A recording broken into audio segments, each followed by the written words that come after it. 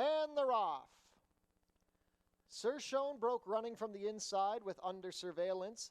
Canadian Avro going to be third behind those ones early with Short Story Long to his outside. The early trailer will be Red Sneakers, who has 5 lengths to make up on the leader. The lead belongs to Sir Shone, a half length better than Under Surveillance. Canadian Avro stalks the pace 2 lengths back from third, then Short Story Long fourth on the outside, and another 2 to Red Sneakers at the back. The opening quarter in the slop was a quick 22-1. Sir Shone still leads the way, but Under Surveillance is pressing. Short Story Long getting into third on the outside of Canadian Avro, 4 more lengths back to Red Sneakers, who's yet to tack on. Under Surveillance is under a ride and puts the head in front of Sir Shone.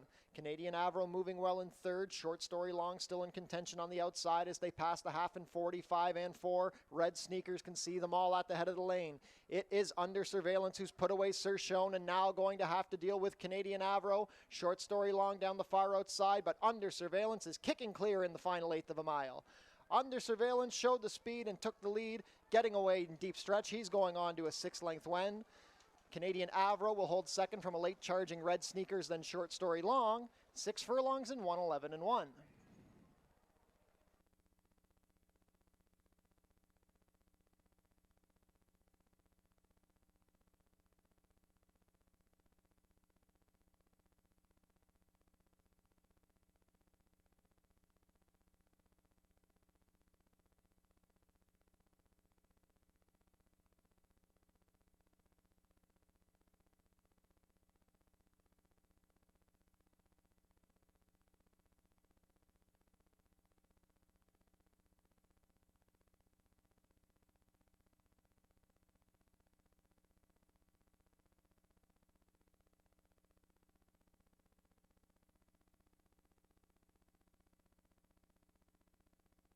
All set.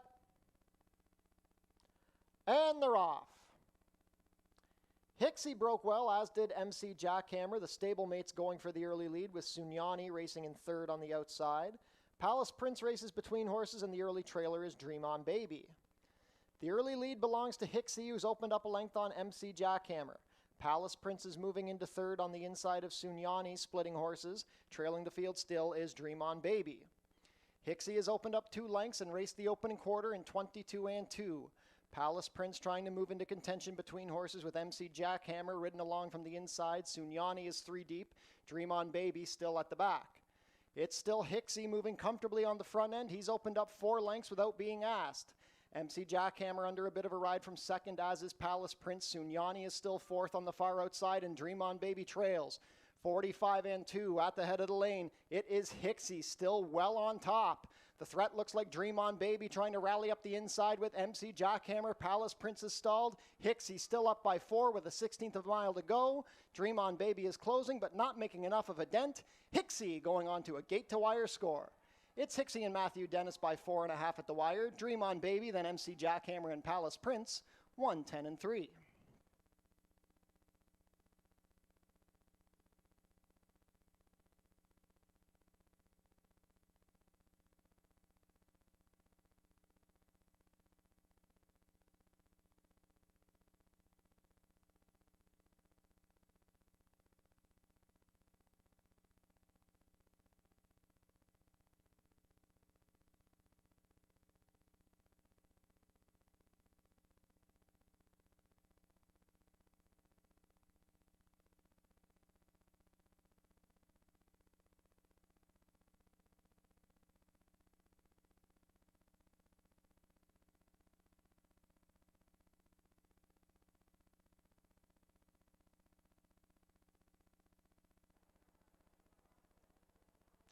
And they're off. Shaco broke well, as did stablemate Imperial Star. These two will go out to make the early pace as they race out of the chute. Imperial Star will be the clear leader. It's Imperial Star, a length and a half over Shaco. Play the Dots is moving well on the outside into third, past Best in Class, and it's 2 more lengths to the trailer, Bingo's Grind, who can see them all. 3 across the racetrack as they race within the 4.5 furlong pole. Imperial Star now being headed by Shaco between horses, and Play the Dots 3 deep. The opening quarter was 23-2, less than a half mile to travel. Bingo's Grind is moving up on the inside past the new trailer Best in Class. They race into the turn. It's a three-pronged duel between Imperial Star, Play the Dots, and Shako in the center. This gives good position to Bingo's Grind, who's moving well in fourth with room up the inside. Best in Class is still the trailer. 46 and 4 to the half with a quarter of a mile to go. Bingo's Grind found room up the rail, and he took the lead as they swing for the drive. Play the Dots trying to fight back three deep. Best in Class will rally down the far outside. Midway down the stretch, it's Bingo's Grind and Play the Dots. Best in Class is moving well down the outside. Here comes Best in Class and Ishmael Mascara. Play the Dots is digging in. Bingo's Grind still there. Play the Dots with the advantage. Best in Class one last push, but Play the Dots will prove best. Play the Dots and Chris Husbands by a head, by a length. A photo for place between Best in Class and Bingo's Grind, then Imperial Star, 119 and 3.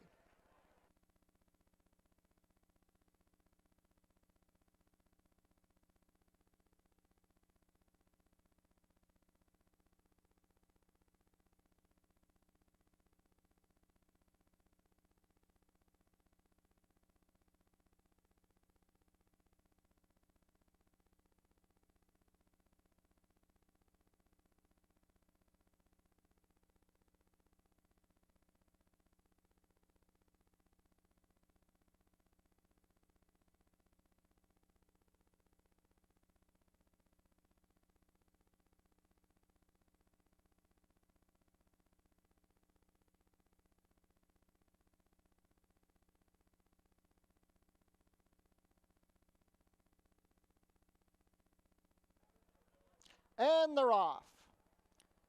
Out like a shot from the center of the gate, Forest Flash has gone straight to the lead, but he's about to be joined by Commander Joe to the outside, and now Commander Joe has the head in front. Mia and Me and Paperback Hero share position with Always Away between them. The early trailer will be Bill Needle. It's a speed duel up front as they race within the 5 furlong pole. Forest Flash and Commander Joe are head and head. 22 and 4 for the opening quarter. It's 3 lengths back to Mia and Me racing in third on the inside of Paperback Hero. Then 4 more lengths to the trailing pair of Always Away and Bill Needle. They roll into the turn and they are still locked in battle up front. Forest Flash giving the gears to Commander Joe. Paperback Hero and Me still traveling together. And then it's 7 more lengths to Always Away and Bill Needle. The half was a snappy 45 and 2. It's still Forest Flash and Commander Joe. Paperback Hero going to swing to the far outside. Room up the inside for Mia and Me. 4 across the track at the head of the lane. Paperback Hero and Juan Crawford flying down the outside but lugging in Mia and Me along the rail. Bill Needle is trying to come from last. Paperback Hero, Mia and Me locked in battle with a 16th of a go. Mia and Me getting away now. Mia and Me will prove best.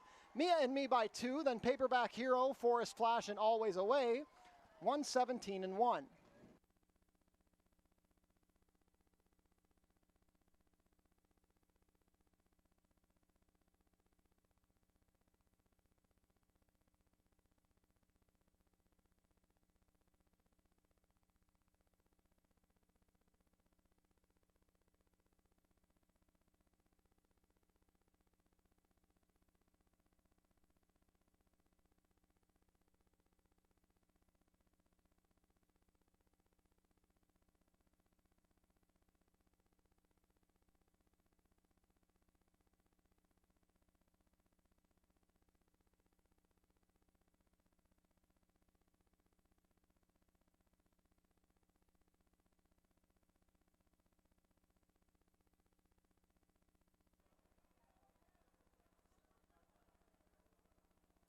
And they're off. Star Scholar missed the start. Video evidence going straight to the lead from the center of the gate, being followed by Speedy Bullet. Heard a Ghost is moving up the inside looking for position. Screen Legend going to race in 4th early, 2 lengths better than Happy Quad, and the trailer after the slow beginning is Star Scholar. Down the backstretch they go. The lead belongs to Video Evidence and Kirk Johnson, being pressed now by Heard a Ghost. Speedy Bullet biding his time from 3rd, 3 lengths off the leader with Screen Legend to his outside in 4th. The opening quarter is 23 seconds flat. Happy Quad found his way to the inside from 5th, and Star Scholar can see them all as they race into the turn. With 3 furlongs left to travel, Heard a Ghost is putting the pressure on Video Evidence and now puts the head in front. Speedy Bullet is inching closer from 3rd, asked to keep up now with Screen Legend moving well on the outside in 4th. Happy Quad still 5th, saving ground, and Star Scholar is the trailer. They went the half in 46-1. They turn for home. It's Heard a Ghost trying to shake free of video evidence. Happy Quad going to try and rally up the rail. Down the far outside is Screen Legend. It is Heard a Ghost and Melanie Pinto with the lead. Video evidence tries to fight back. Happy Quad not doing enough. Video evidence coming right back on. It's video evidence and Kirk Johnson digging in for the win after losing the lead. Video evidence by a length over Heard a Ghost. Speedy Bullet then Happy Quad. 1:17-2.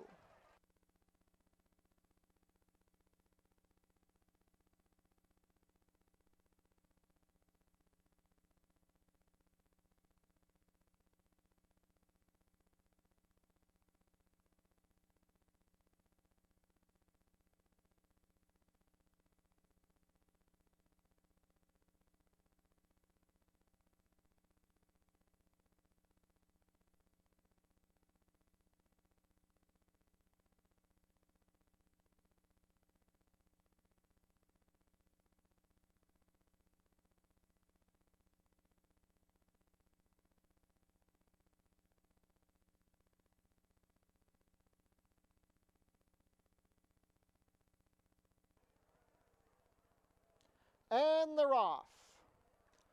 Holiday in Jail out well from the inside with the Fiery One also showing up for some early position. Always Rosie is next, and the trailer early will be Princess Rosina. The Fiery One advancing on the outside to put the head in front of Holiday in Jail, who's still right there from the rail. It's 2.5 lengths back to Always Rosie in third, and then Princess Rosina has 5 lengths to make up on the leaders. The opening quarter was 23-2. The lead belongs to the Fiery One, now a length better than Holiday in Jail. Always Rosie still racing in third, and Princess Rosina trails as they race into the turn. Little has changed. The Fiery One letting out a notch. Holiday in Jail tries to come back on along the inside. Always Rosie is in contention from third if good enough, and Princess Rosina tailing off at the back.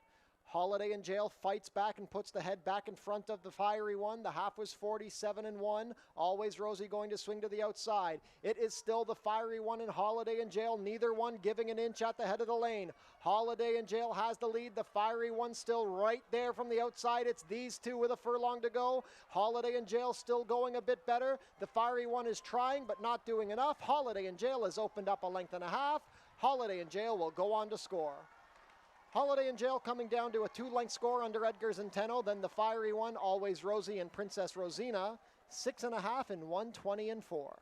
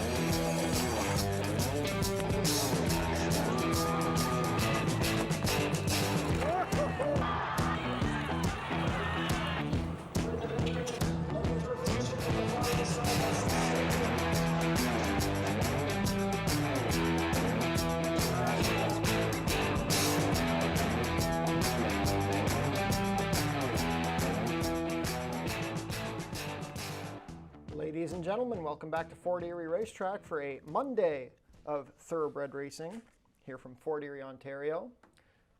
Bit of a nicer day than yesterday. It's partly cloudy, but still blue skies out there, 22 Celsius or 72 Fahrenheit. Very comfortable weather-wise. Cameraman Bob stuck inside after being stuck in the heat wave every day this summer. Main track is fast. We're on the turf course today. The turf is listed as good. The rail is out at 6 feet. We've got 29 minutes to first post. Visit our website, forterieracing.com, for information about everything going on here at the track. Tune into the pre-race show for info about the track conditions, scratches and changes, handicapping analysis, and info about upcoming races and events. A reminder, there's no Tuesday racing this week. Tomorrow is a dark day. Racing is back next week at Fort Erie, Monday and Tuesday. Post time next week will be 3 p.m. Be sure to come out next Tuesday for our final free concert of the summer featuring Almost Cool. Come out for the Puss in Boots Cup on Labor Day, September 1st. The card also features the Horse People's Luminary Cup. Post time for Labor Day will be 12:15.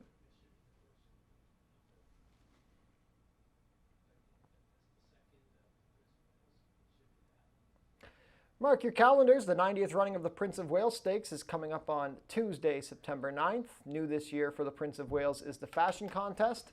Come out to see who will be crowned the best dressed at the Prince of Wales. Fort Erie's Track-O-Lantern returns on October 13th. It kicks off at noon. Kids in costume can come and trick-or-treat around the track that day. Closing day will be Fort Erie's Fan Appreciation Day. That's Tuesday, October 21st. Post time will be 12:15. We'll have free programs, prize draws between races, and a mandatory jackpot high-five payout. Be sure to book your table in the Turfside Dining Room, open on live racing days. Reservations are recommended. Head down to the Paddock Shack for burgers, hot dogs, sausages, fries, and poutine, plus beer and soft drinks, located near the walking ring. Treat your team to an exciting day at the races. It's only $12.39 per person plus tax. The track pack includes one food item, one drink, and a Fort Erie live racing program. Become a member of HPIBet.com today. Get $100 when you bet $100, plus your first bet is on us. We're having non-winning ticket draws today. Put your name and phone number on the back of your non-winning tickets and drop them in the basket at customer service to enter the prize draw. Today's prize draw features a dog prize package courtesy of Pet Food Outlet. Tune into your TV Niagara for the Fort Erie Race Replay Show, Channel 700, Thursdays at 10:30 and Saturdays at 10. Fort Erie Racetrack is a proud partner of Oneida New Holland of Niagara, and we'd like to thank them for providing us with a new tractor for maintenance this season. We'd also like to give a big shout out to our new partners at True Green Professional Lawn Care. They've been helping us keep our grass looking green and lush. Smoking is allowed in designated areas only at Fort Erie Racetrack. No food or beverage are allowed in these areas, and no cannabis is allowed on the property. Up next are today's changes. Race 1 is clear, no changes in the first. In race 2, we have an overweight on the number 1, Team Talabat, 1 pound over at 123. In race 3, take note the number 6, This Cat is by Jax, is a first-time gelding. We also have a rider change on the number 8, Magnetize. Make the rider Jeffrey Alderson. He'll be 1 pound over at 118. Race 4 is clear. No changes in the fourth. In race 5, we have a rider change on the number 1, Fanny M. Make the rider Jeffrey Alderson. He'll be 3 pounds over at 118. In race 6, we have a corrected weight on the number 5, Julie's Mist. The weight should read 120 pounds. Stewart scratch the main track only, number 9, Foolish Games. Great to be back for another day of racing here at Fort Erie. Wish the weather had been this nice yesterday for Corgi and Basset Hound Day. I want to give a big shout out to Jock's agent Dom Perante, who's tuning into the pregame show live today, representing Leo Salas. 6 races on tap today. Let's take a look at our selections. Race 1 is a starter optional claimer for fillies and mares 3-year-olds and up, which has started for a price of $5,000 or less in the last 2 years, or going for a claiming price of $10,000. We're going 5.5 furlongs. This race kicks off the early pick 4 on the card. And this is a very nice group of mare sprinters set to go to gate here. A lot of fast ones. I've landed on the number 2, Nice Baby, going for Tony Adamo and Icon Stables.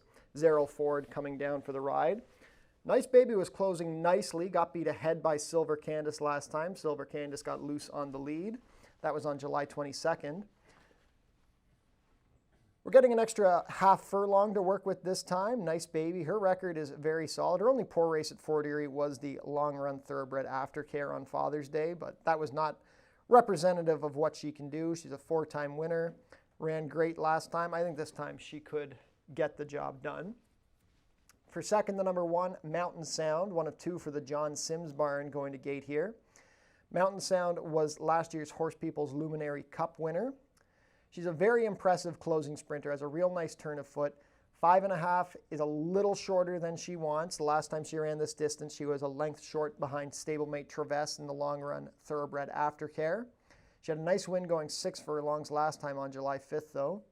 She's got to hope someone goes with Silver Candace to set the table. Maybe that'll be Crafty Oaks. With the right pace setup, Mountain Sound, not her ideal distance, but I do think she can win. Edgar Zenteno in the saddle. For the show spot, number 4, Crafty Oaks, went to Woodbine last time to run in a 5 furlong starter on the turf course. Brazero was a very easy winner that day, but Crafty Oaks got nosed out for second. Ran a big race, I thought. Second behind Mountain Sound back on July 14th. This one's been racing well all season. She's got the speed out of the gate. She could be the one to put the pressure on Silver Candace this time. Anyone can win this race. Traverse is the top pick of Ashley Mayu. Very understandably why she won the Aftercare Cup on Father's Day. And Silver Candace, like we've mentioned, went gate to wire last time. Very competitive group of 5 to kick off the card. Race 2 is a maiden allowance race for 3-year-olds and up. We're going 6.5 furlongs to kick off the pick 5 on today's card. Field of 6 will go to gate here. Obviously a standout here, the number 2, Justify Perfection. This is a Fipke homebred for Mickey Neubauer, who is absolutely on fire this season. 8 for 14 in the win column. Melanie Pinto still in the saddle. Justify Perfection ran a very game second behind Speedy Lady, who just had enough in the stretch to keep going. Before that was beaten a half length by Brilliant Disguise, who's a very well-bred Woodbine shipper. This filly takes on the boys, and you get a weight break for that, 5 pounds lighter than what she's been carrying. And I just think she's straight up the most talented horse in this race. Justify Perfection, likely to be a short-priced winner. Number 5, My Math is Correct. This one was second best behind stablemate Video Evidence on August 4th. And Video Evidence came back to win his non-winners of 2 yesterday in a very game performance. My Math is Correct, likely to show some speed here. Pierre Mailhot has had some success for the Mathis outfit this season.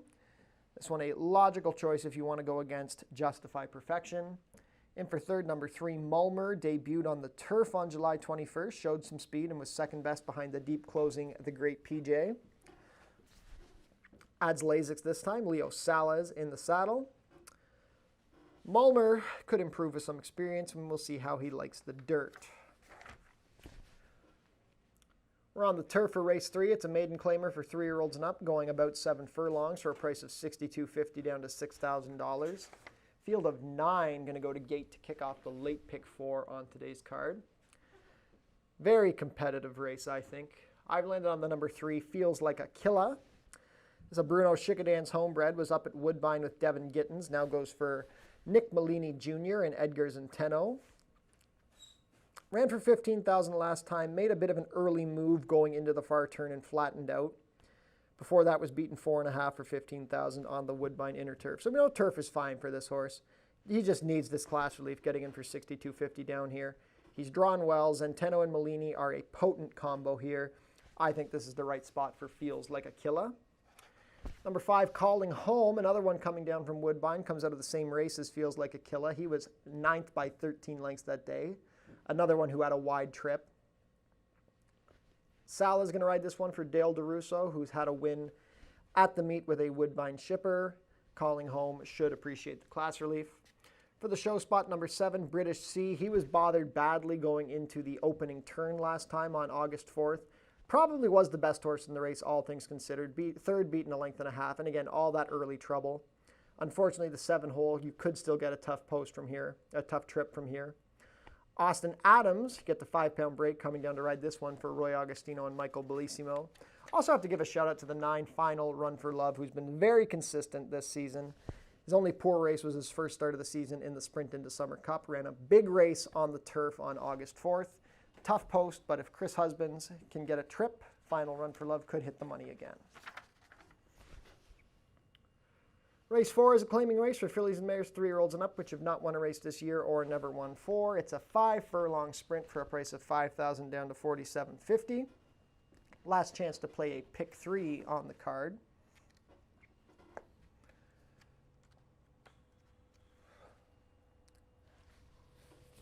I like the number 5, Ash Card Nelly, who was on the turf last time behind Chrome's Big Break. Finished 4th, got placed 3rd via disqualification.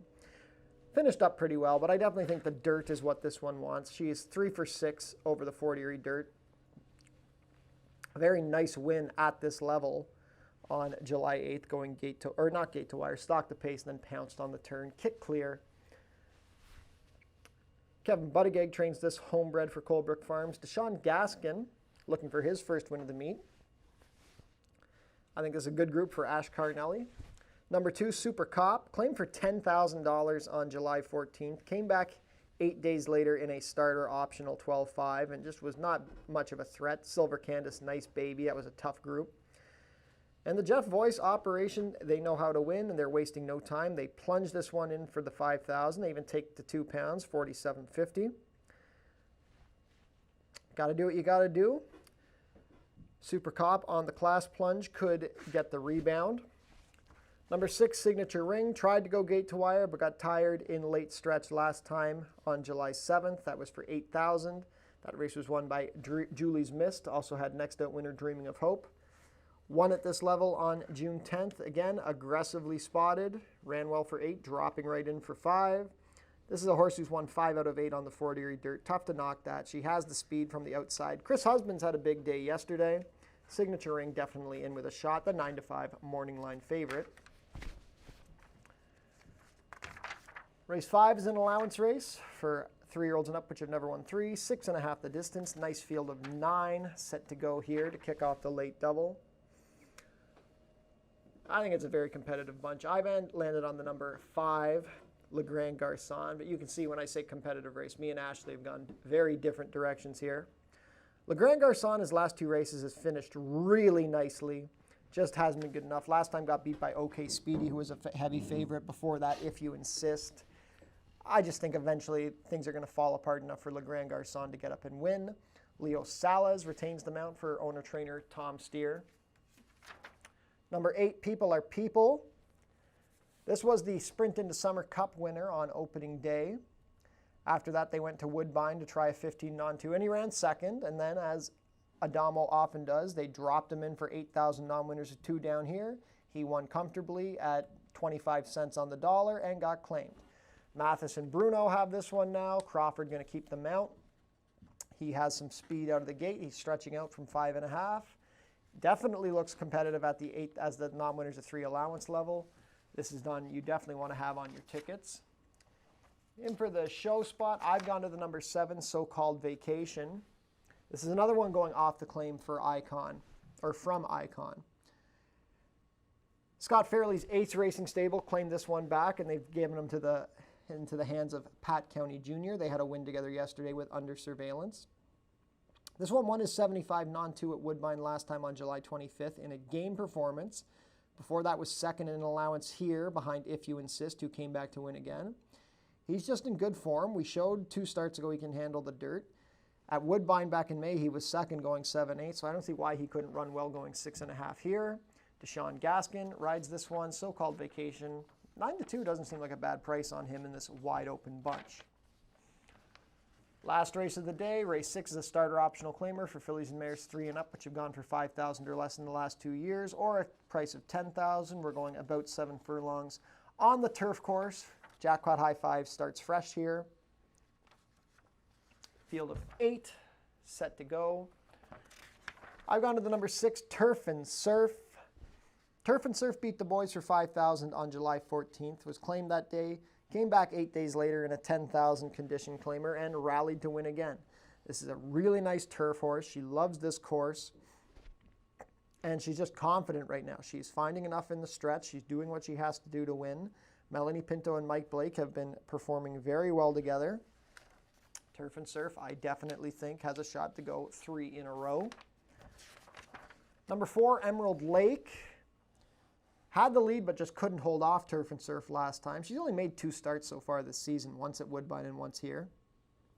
Juan Crawford, going to ride this one for Roy Agostino and Mike Bellissimo. Based on the strength of that last race, you've got to think she can win here. I do think she's a bit better on the synthetic up at Woodbine, although she's made a lot of money on turf, $143,000 in turf earnings, but she was a younger horse when most of that was made. Could be a pace factor from the 4-hole. On the inside, I've gone to the number 1 Menagerie, ran a well-beaten 4th in that same Turf and Surf Emerald Lake race on July 22nd. But last year, she won the Molson Cup, from the 1-hole too, mind you. You know, this is a horse who really likes the turf course, likes the 7/8. I know her races this year haven't been up to snuff, but she has been improving with each start. And you could get a good price on a peak effort today. Kirk Johnson riding this one for Ken Albu. 13 minutes to first post. Best of luck with all of your wagers, and enjoy your day here at Fort Erie Racetrack.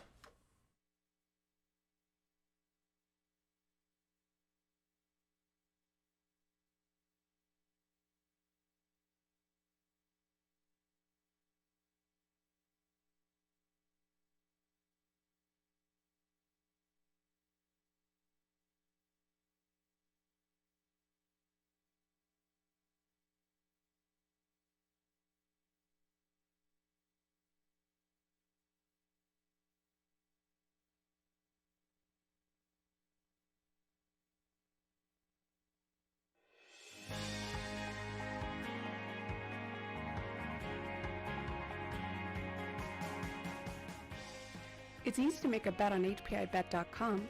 Follow these simple steps and you'll be betting in no time. First, go to the HPIBet.com website. Sign in to your HPIBet account. Find the track and race you want to bet on.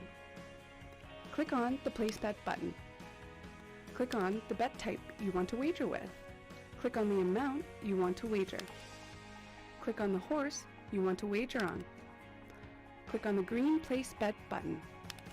Review your bet confirmation information. It's all done.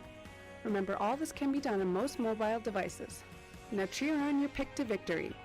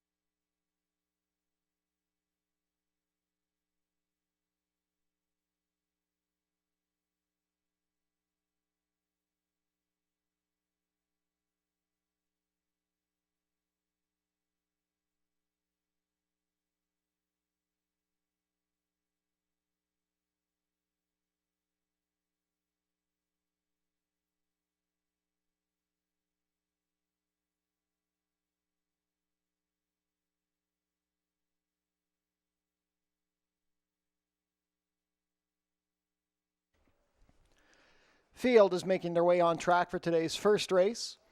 Race 1 is a starter optional claiming race for fillies and mares 3-year-olds and up, which have started for a claiming price of $5,000 or less in the last 2 years, or going for a claiming price of $10,000. We're traveling a distance of 5 1/2 furlongs, competing for a purse of $21,300. Race 1 offers win, place, show, exactor, 20-cent try, double, 20-cent super, 20-cent pick 3, and 20-cent early pick 4 wagering.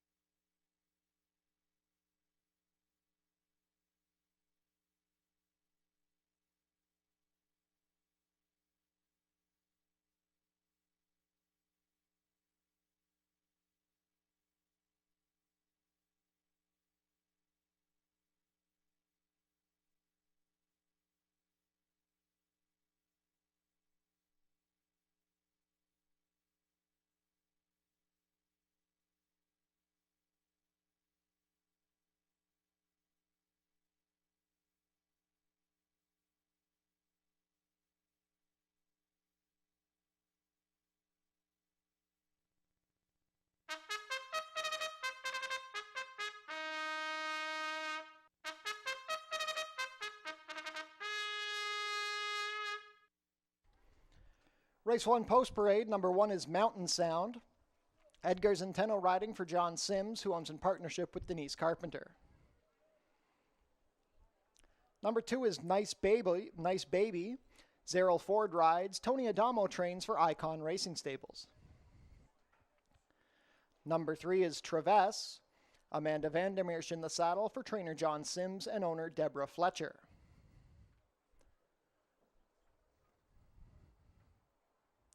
Away from parade, number 4 is Crafty Oaks. Jeffrey Alderson riding for trainer Tony Alderson and owner Glenn Alderson.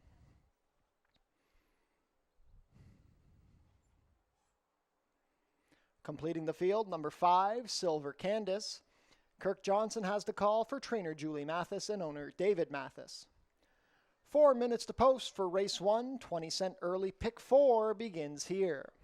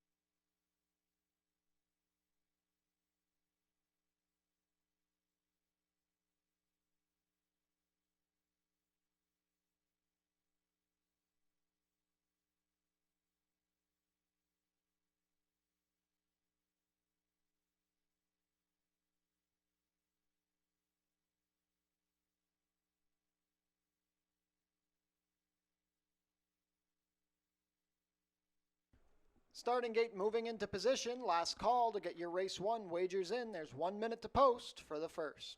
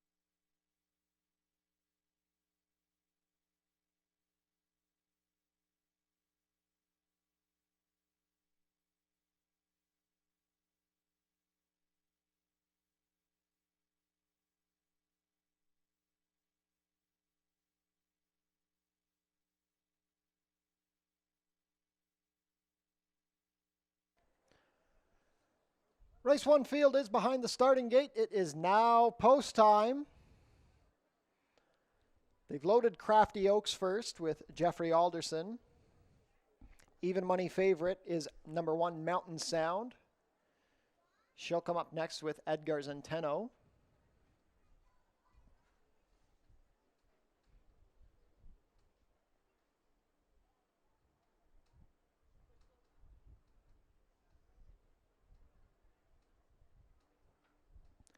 Goes in.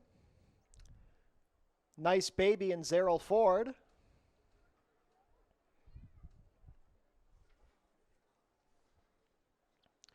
Traverse with Amanda Vandermeersch. Last in will be Silver Candace and Kirk Johnson.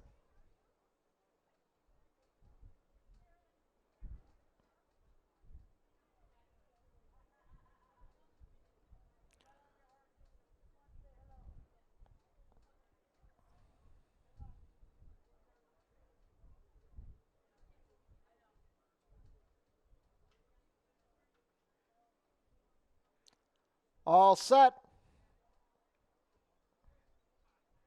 And they're off.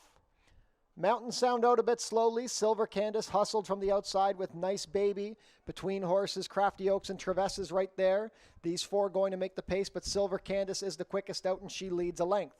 It's Silver Candace over Traverse sitting second with Nice Baby on the rail from third. Crafty Oaks is 3 deep in fourth. It's 5 more lengths to Mountain Sound at the back.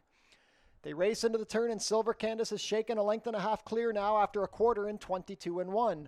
Traverse is tracking from the 2 path in second. Crafty Oaks third with Nice Baby. 4 more lengths to Mountain Sound. Midway around the turn, it's still Silver Candace and Kirk Johnson on top. Vandermeersch asked Traves for a little more. Crafty Oaks and Nice Baby remain in their positions, and now Mountain Sound swinging to the extreme outside. At the head of the lane, the lead still belongs to Silver Candace, but Traves is there. Room up the rail for Nice Baby if good enough. Mountain Sound coming down the far outside. Traves puts the head in front of Silver Candace. Crafty Oaks is still there. Mountain Sound is stalled. It's Traves and Crafty Oaks coming down to the wire. Traves has the lead. Crafty Oaks coming. Traves will hold. Traves by a half over Crafty Oaks. A photo for show between Mountain Sound and Silver Candace. 5.5 and 104 and 2.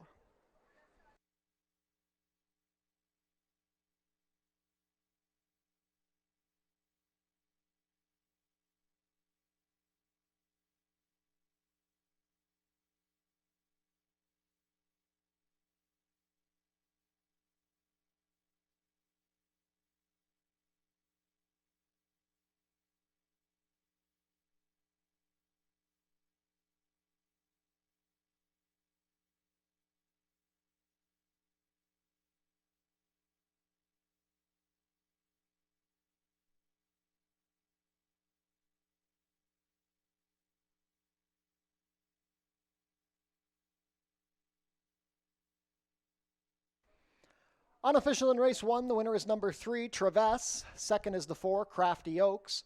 Third, number 1, Mountain Sound. And fourth, number 5, Silver Candace. Unofficial race 1 order, 3, 4, 1, 5.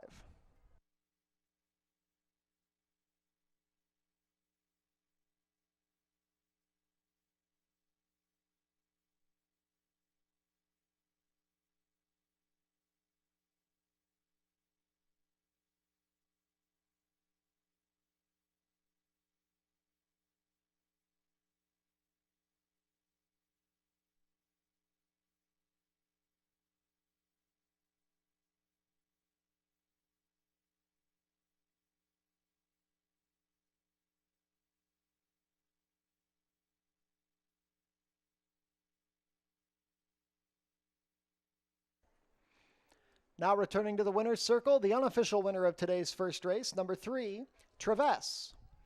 Traves is an 8-year-old bay mare by Cantharos out of East Lake Classic, bred in Florida by Sherry Mansfield and Kenneth Davis. Amanda Vandermeersch with the winning ride on Traves. She's trained by John Sims for Deborah Fletcher. Third win this season for Traves, her 15th lifetime win in 70 career starts, a true iron mare. She completes the 5.5 today in a time of 104 and 2. Congratulations to the connections of Traves. Hold all tickets until race 1 is made official.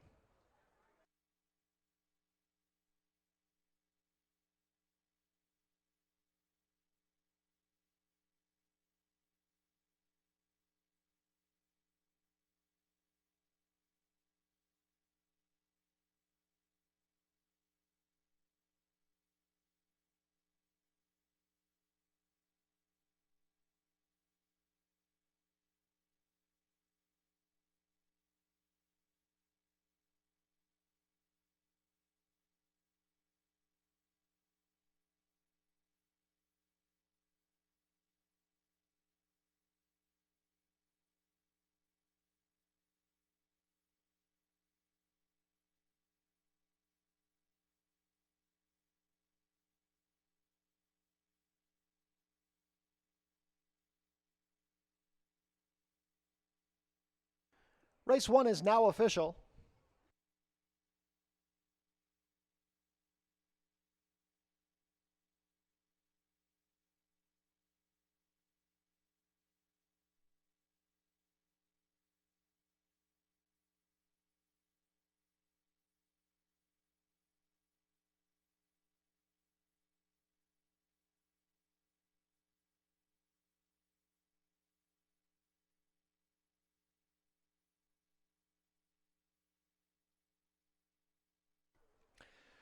Prices are up. Traves pays $9.30 to win, $3.50 and $2.30. Second, number 4, Crafty Oaks, $2.70 to place, $2.10. Third, number 1, Mountain Sound, $2.20 to show. $2 exacta, 3-4, $20.10. The $1 try, 3-4-1, $17.10. $1 super, 3-4-1-5, $63 even.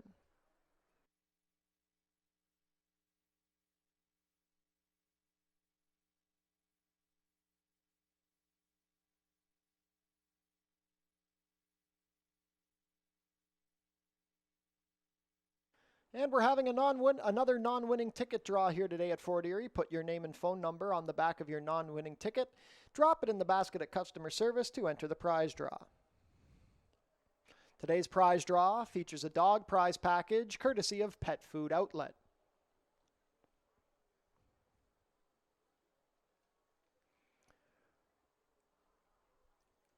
Race 2 changes. We have an overweight on the number 1, Team Talabat.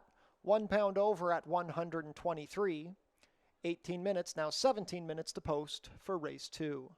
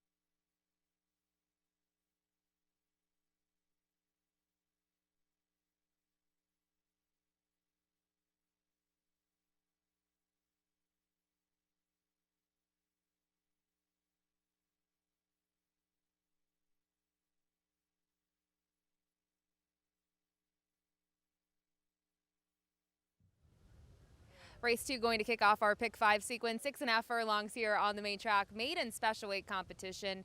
And on paper, in my opinion, there's 2 horses that you can probably pick between. That being the 2 Justify Perfection and the 3 Mulmer. And Mulmer has less race day experience, but Justify Perfection goes out for the Red Hat Barn of Mickey Neubauer, and that's where I land. I know last time out, and even the time before that, this one has come up just a little bit short, but Speedy Lady went to the front, stayed in front, and Justify Perfection was last early on. So just different race tactics. Speedy Lady was able to hold them gate to wire, and this one still was very game in the stretch. Now making the 3rd start off the long layoff, I think makes a lot of sense, and I don't mind getting back to 6.5 furlongs, which was what we saw her at on June 10th. So Justify Perfection on top, Mulmer for second. This one for Paula Loescher was ready to roll on debut on the turf. Now showed some early foot there at the 5/8 distance. Leo Salas was back aboard today. Going to get Lasix for the first time. 4-year-old son of St. Patrick's Day, who we'll have to see how he handles the dirt, but obviously that's where he's been training. I think finds himself against a bunch where you go down the page, others need to show more. It's not necessarily an easy maiden special weight event, but they would need to show more. The great PJ had the race day experience edge on Mulmore, and I think this move might be okay for this one. And I know this one's going to have to go longer, going from 5/8 to 6.5, but I'm not too concerned about that. And then finally, the number 1 at Team Talabat. Interesting race last time out. If you watch the replay, it looked like this one was going to get by video evidence, but video evidence sort of toyed with the field just for a split second and then just was able to accelerate in there. Drew clear by 7. If you watched the the Sunday program, get my days confused. If you watched the Sunday program here yesterday, video evidence was able to score again. A really nice win. Had to fight for it, but showed that grit. So I think that flatters Team Talabat, and he was just a neck behind, my math is correct, who sort of tracked in second throughout in that event. So I don't mind that effort. Team Talabat maybe made a little bit of an early move. We'll have to show that he can go a little bit further. But another one that's going to get Lasix for the first time. So as I mentioned, race 2 today here, going to kick off that pick 5 with that 20-cent minimum. Best of luck.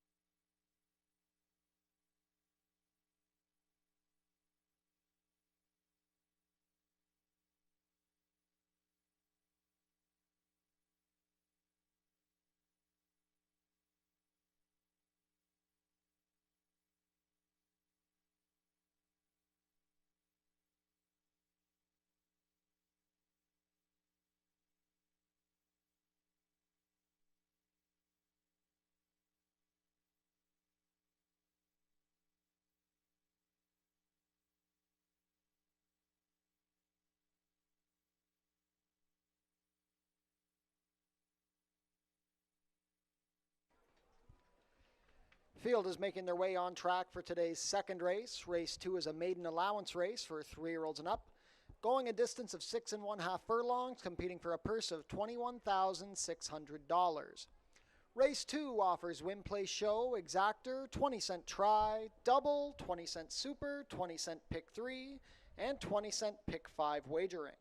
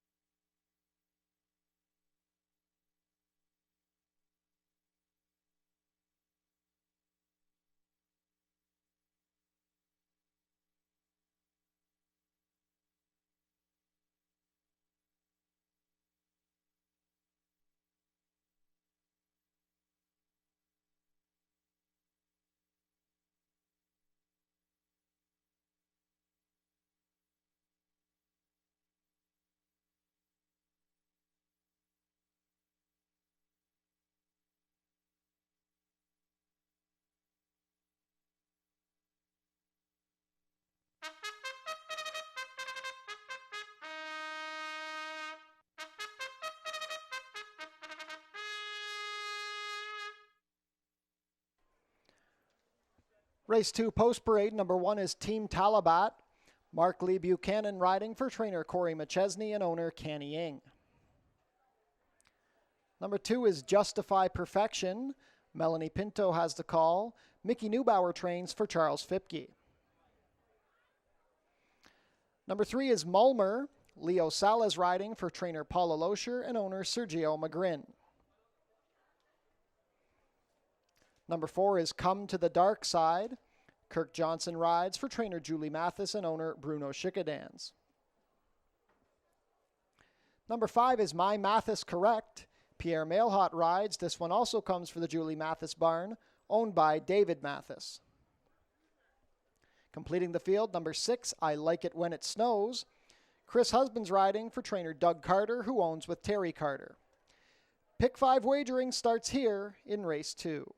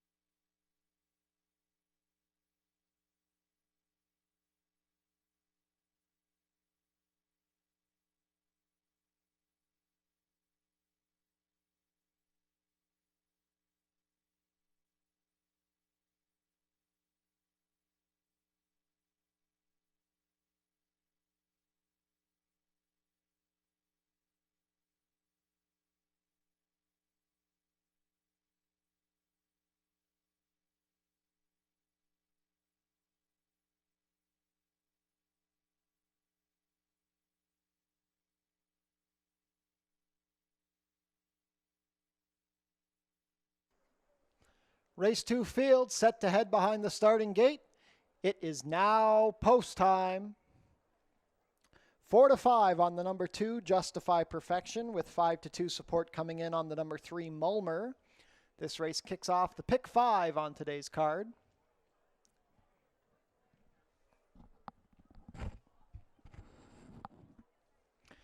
First in will be Team Talabat with Markley Buchanan.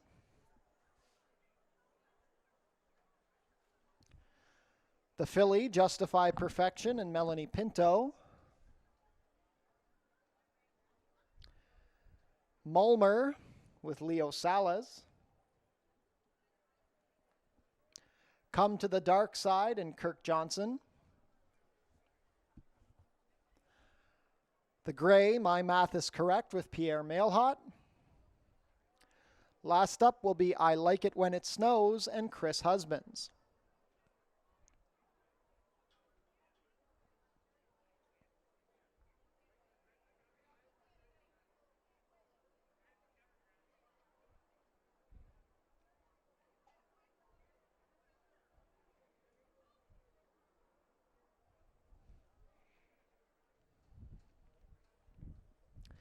Still waiting on I Like It When It Snows. Goes in now, we're all set. And they're off. Justify Perfection broke very well with My Math is Correct, and from the outside, I Like It When It Snows. Here's Mulmer shooting through with some early speed. As they race out of the chute and onto the backstretch, the lead belongs to My Math is Correct. Mulmer is racing second, 3 lengths better than I Like It When It Snows. After the sharp beginning, Justify Perfection is back into fourth, now fifth, as Team Talabat advances up the inside. The trailer has come to the Dark Side. The opening quarter was 22-1, carried along by the wind, and My Math is Correct has opened up 4 lengths on Mulmer. It's 2 more to Team Talabat racing in third on the inside of I Like It When It Snows. Now Justify Perfection begins to move well. Still at the back, Come to the Dark Side. They race within the 3 furlong pole. My Math is Correct, still up by 3 lengths, but Team Talabat is rallying well up the inside, as is Justify Perfection. Mulmer drops the anchor. I Like It When It Snows is fifth on the far outside, and Come to the Dark Side still trails. 45-3 for the half. At the head of the lane, it's still My Math is Correct. Justify Perfection trying to squeeze through on the rail. Team Talabat has stalled. Justify Perfection found a hole and now took the lead from My Math is Correct. It's Justify Perfection at 1 to 5. A savvy ride by Pinto, going on to an easy score. My Math is Correct will hold second from a closing I Like It When It Snows, but Justify Perfection won by 5. 6.5 in 118-1.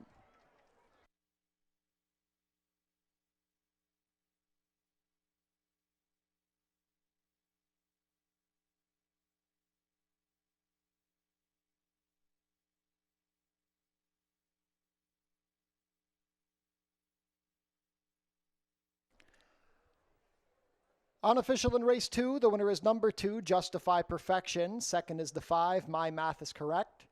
Third, number 6, I Like It When It Snows. And fourth, number 1, Team Talabat. Unofficial race 2 order, 2-5-6-1.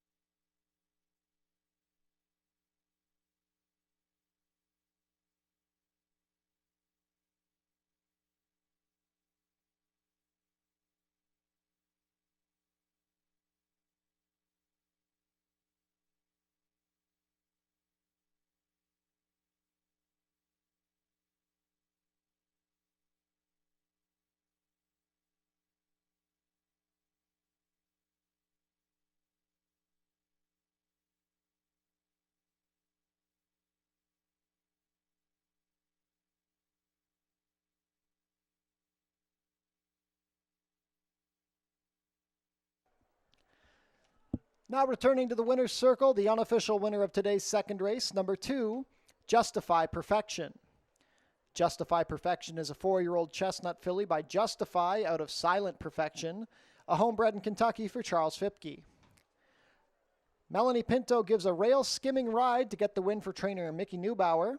Justify Perfection, after 2 runner-up finishes, breaks her maiden in lifetime start number 6, completing the 6.5 furlongs today in a time of 1:18 and 1. Congratulations to the connections of Justify Perfection. Hold all tickets until race 2 is made official.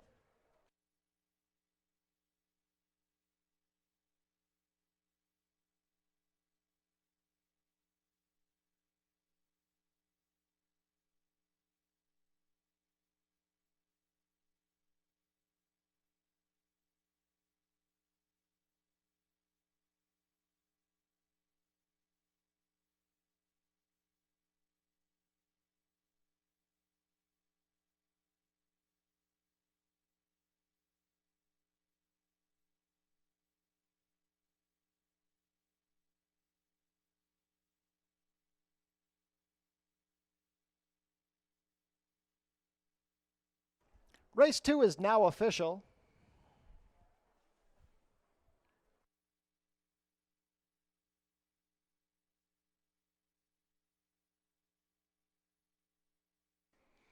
Prices are up. Justify Perfection returns $250 to win, $210 and $210.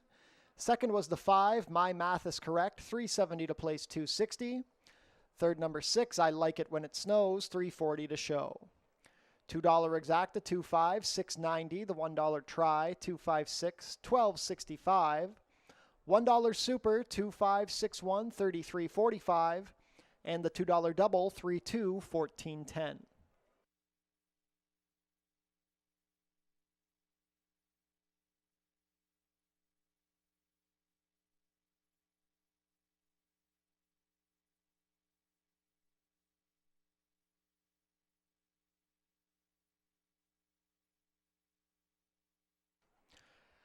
And we'd like to remind everybody that starting next week, post time moves back to 3 p.m. Standard post time starting next week is 3 p.m. Be sure to come out next Tuesday for our final free summer concert featuring Almost Cool.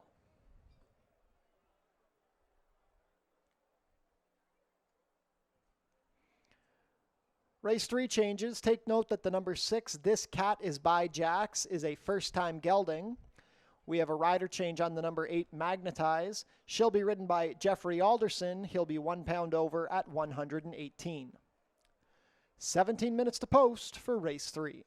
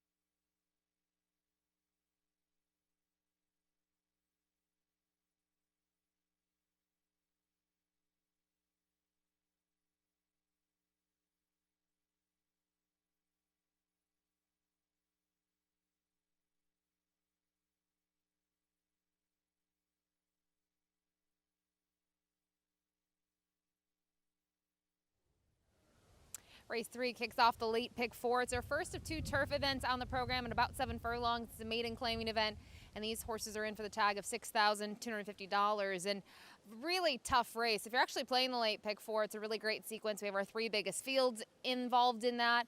And as I mentioned, it starts and ends on the grass. And starting it off here, going to kick things off with the number 7, British Sea, who been a little tough, a little bit of a heartbreak those last few, finishing 3rd in both of those races. But I don't think necessarily last time out was the trip that I thought we were going to see from British Sea. Tried to close from off of it, was towards the back of the pack early on and rallied to finish 3rd, beaten by a length and a half. And prior to that, against maiden special weight competition, chased the pace in second and came up a little bit short. Actually, the winner of that one we'll see a little bit later on the program, Best in Class, the runner-up. We saw win after that and was actually second yesterday on the main track. So British Sea comes out of competitive events, and I wonder today if the decision is going to be to send him. I think he needs to be sent from the gate, needs to be forward, and we're going to learn a lot here in this turf race about the nightcap, because there was a lot of rain yesterday. We were off the turf, and we obviously needed rain. It's been very, very dry this summer, and it's going to be interesting to see if the horses that go to the front are able to prevail or if it sets up for closers. But I'm going to count on the number 7, British Sea, on top. The number 9, Final Run for Love, up next. This is one that was in front of British Sea last time out and only missed by half a length. It was actually further back and closing from off of it. And the tactics seem to work here on the turf course for Final Run for Love. On the dirt, this one has been usually involved with the pace, but they've made a decision on the stretch out, especially last time out, going 7/8 for the first time on the grass, to have this one roll, and it worked out well. So I like that today. Obviously a consistent horse who hasn't been able to graduate yet, but shows up every single time. So I will use Final Run for Love underneath in second. And then finally, wide open here. There's some fresh faces. There's the 4, Magical Champagne, who could do better going long for the second time in a row, but I actually went to the 5, Calling Home, who is one of those fresh faces. This one for Dale DeRusso, who's only had 1 horse down here and has done well, was able to get a win.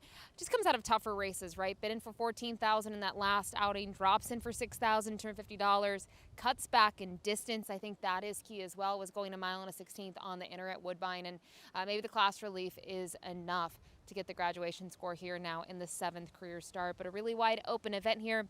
As I mentioned, great way to kick off that late pick 4. Good luck.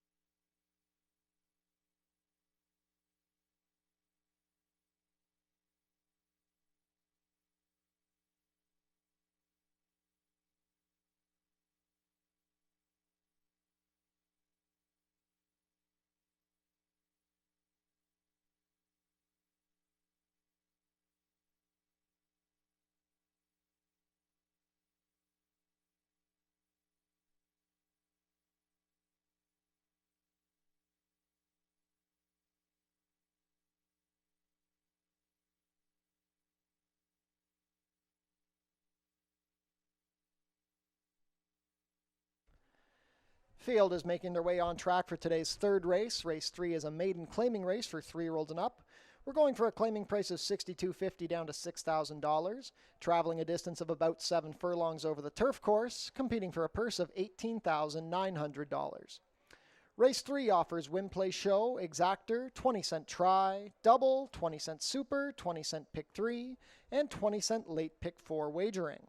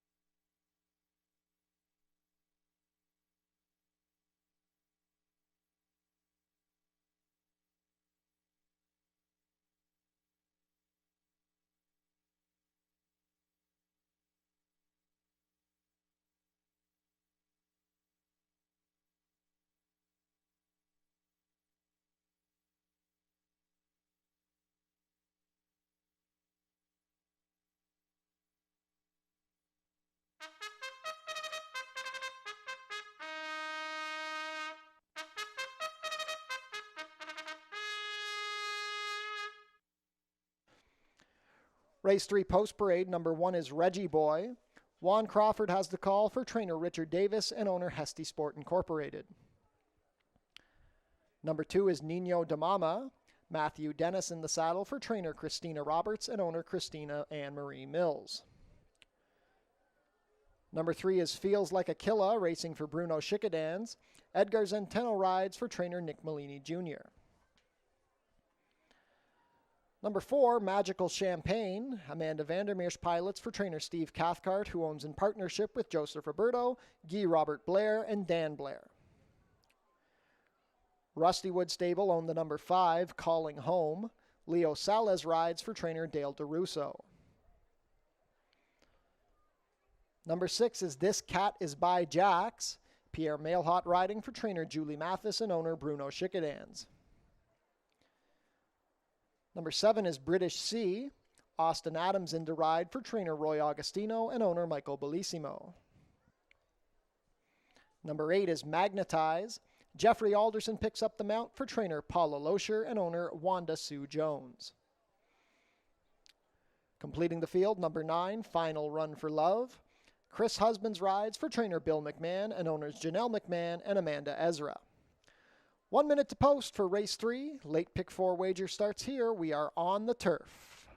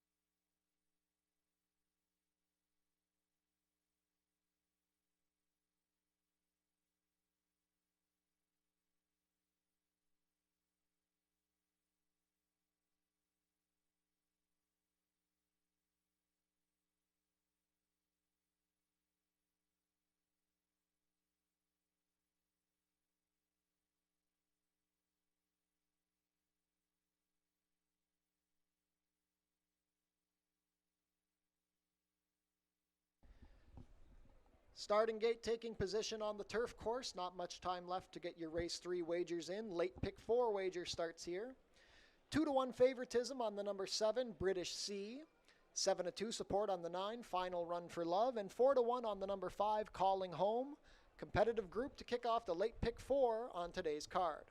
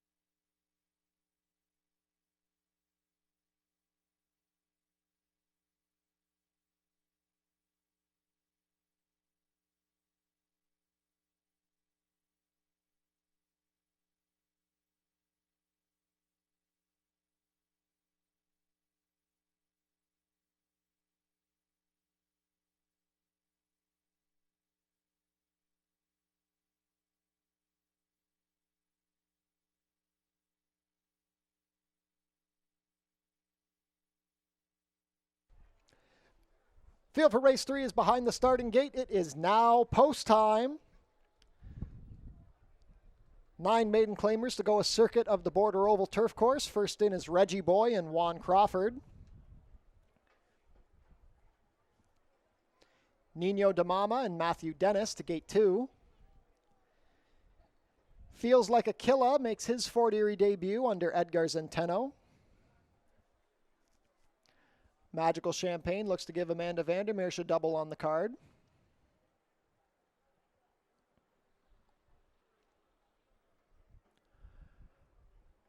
Calling Home in from Woodbine under Leo Salez.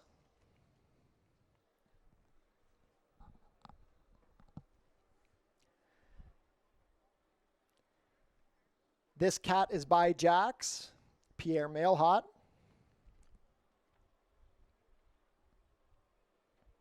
Two to one favorite, British Sea with Austin Adams.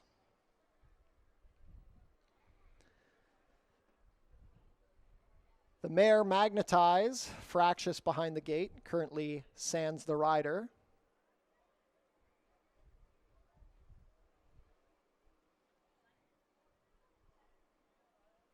Magnetize comes up, Jeffrey Alderson to climb back aboard. Last in will be Final Run for Love and Chris Husbands. All set.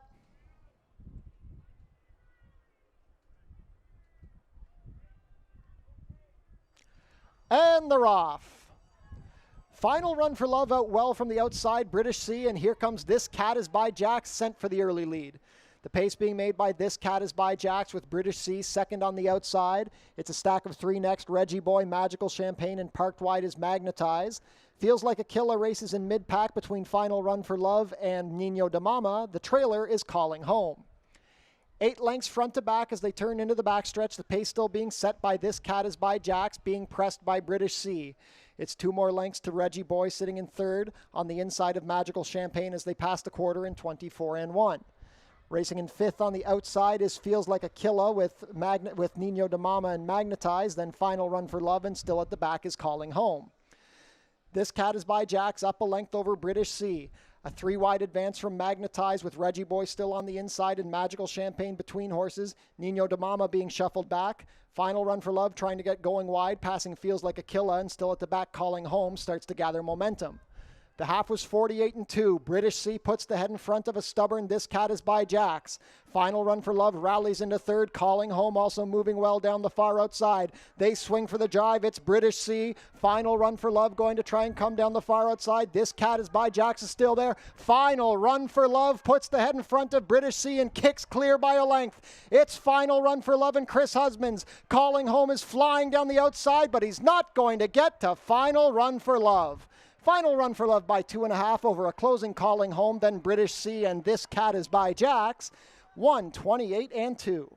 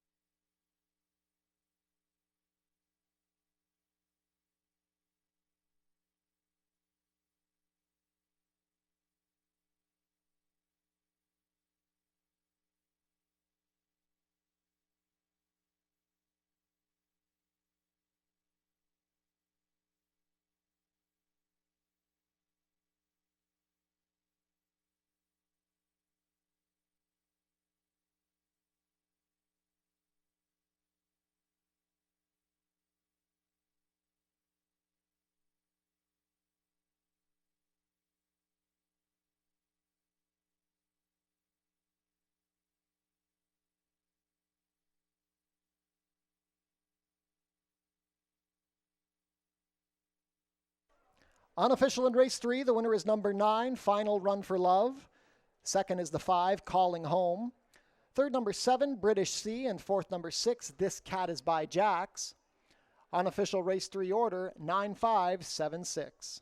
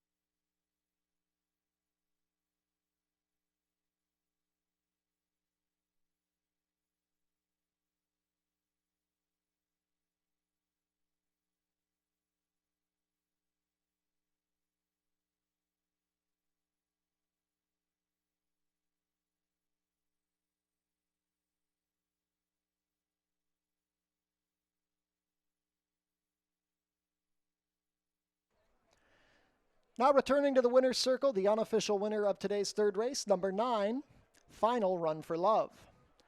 Final Run for Love is a 5-year-old dark bay or brown wriggling by Jiu-Jitsu Jax out of Galloping D'Amour, bred here in Ontario by Bruno Schickadans. Chris Husbands with the winning ride for trainer Bill McNann. Final Run for Love is owned by Janelle McMahon and Amanda Ezra. Final Run for Love breaks the maiden in start number 13, rallying to complete the about 7 furlongs in a time of 1:28-2.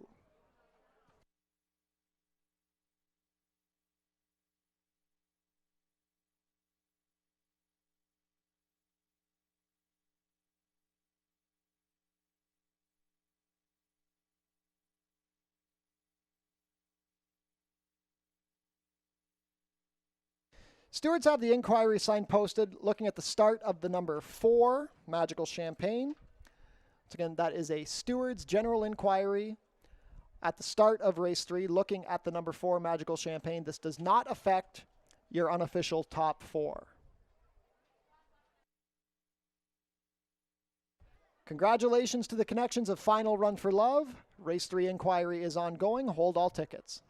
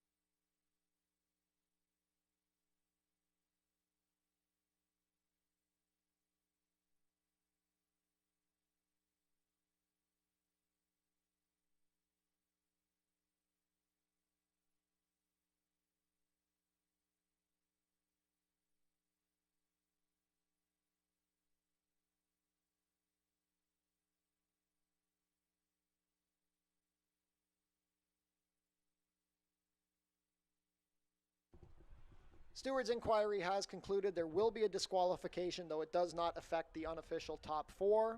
Number 4, Magical Champagne, has been disqualified from 5th and placed 7th for interference at the start. But once again, that does not affect your unofficial top 4. Race 3 order 9576 will be made official shortly.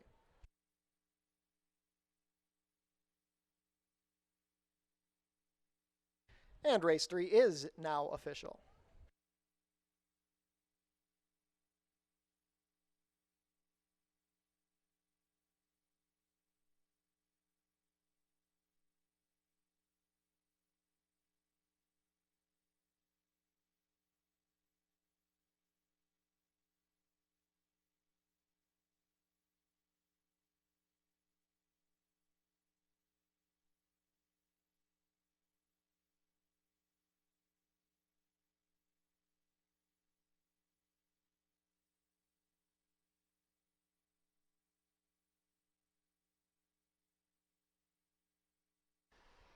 Prices are up. Number 9, Final Run for Love, pays $12.20 to win, $4.80 and $2.70. Second is the 5, Calling Home, $4.20 to place, $2.70.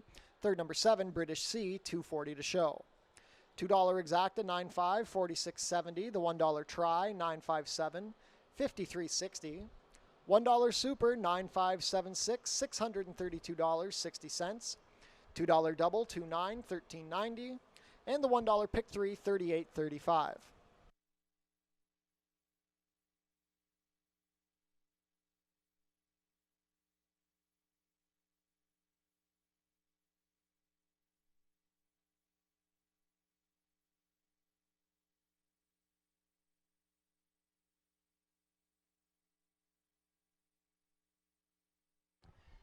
Come see who will take the dive into the infield pond when we run the Puss in Boots Cup on Labor Day, September 1st. The card also features the Horse People's Luminary Cup. Post time on Labor Day will be 12:15. Fort Erie's Track-A-Lantern comes back on October 13th, starting at noon. Bring the kids in costume and trick or treat around the track. Race 4 coming up in 19 minutes. There are no changes.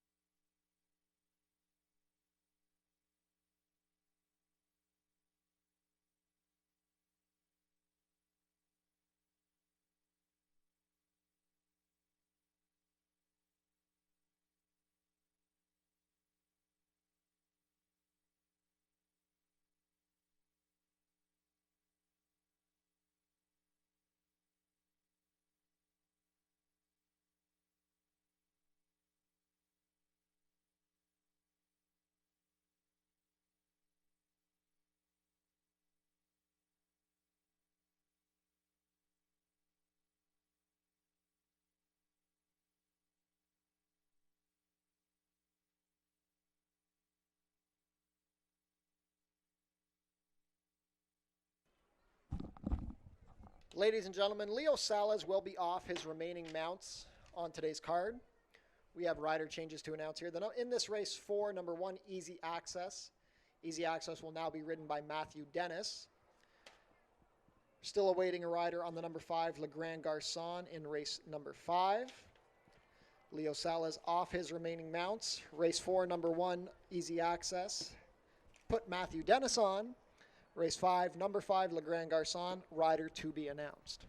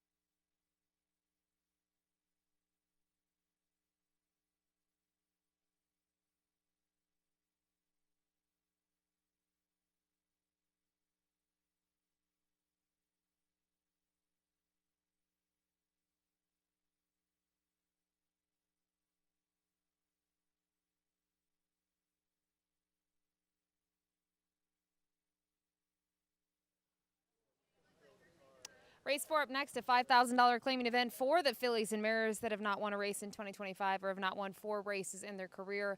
Going a distance here of 5 furlongs on the main track. And go with the number 5, Ashkar Nelly on top. She's 9-2 on the morning line. A horse that, when you look at her races as of late, I actually thought she ran fine last time out on the grass, but I liked her dirt performance too back. I liked that she was able to sit the trip and make a late run. And kind of looking at how the track is played today on the main track, I think she can get the right trip in here. Hopefully there's some speed. She sits off of it and she makes one run. She's now 3 for 6 in her career here on the main track, and she's going to have her work cut out for her. It's not necessarily going to be easy, but I just like her running style, like her recent form. So Ash Carnelli on top. Horse to beat, though, at least with the class relief, is the number 2 Super Cop, who's a very good-looking mare. Get a good look at her. She's huge. She carries a lot of weight. She's dappled out. Really good job here at By the Voices. Was 4th last time out against Starter Optional Claiming Competition.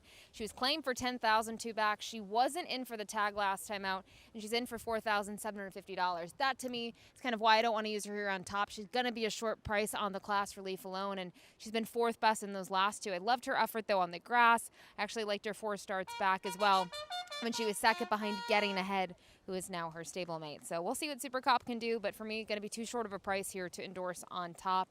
And then finally, in the 3rd spot, the number 6 Signature Ring. Another one getting class relief. It's not as significant as Super Cop, but it's enough. The runner-up that finished a half a length in front of her last time out, Dreaming of Hope, came back to win next time out.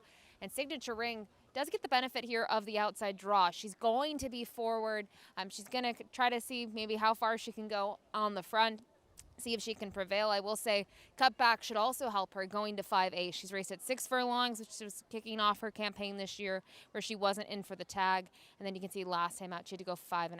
So again, she cuts back in distance, has a little bit of a maintenance drill just a couple weeks ago and prep for this 36-1. So she might be another one to consider here in your wagering options. There's late pick 3, final one of the day, but we'll see what happens. I'll go with the number 5, Ash Carnelli, as the top pick. Good luck.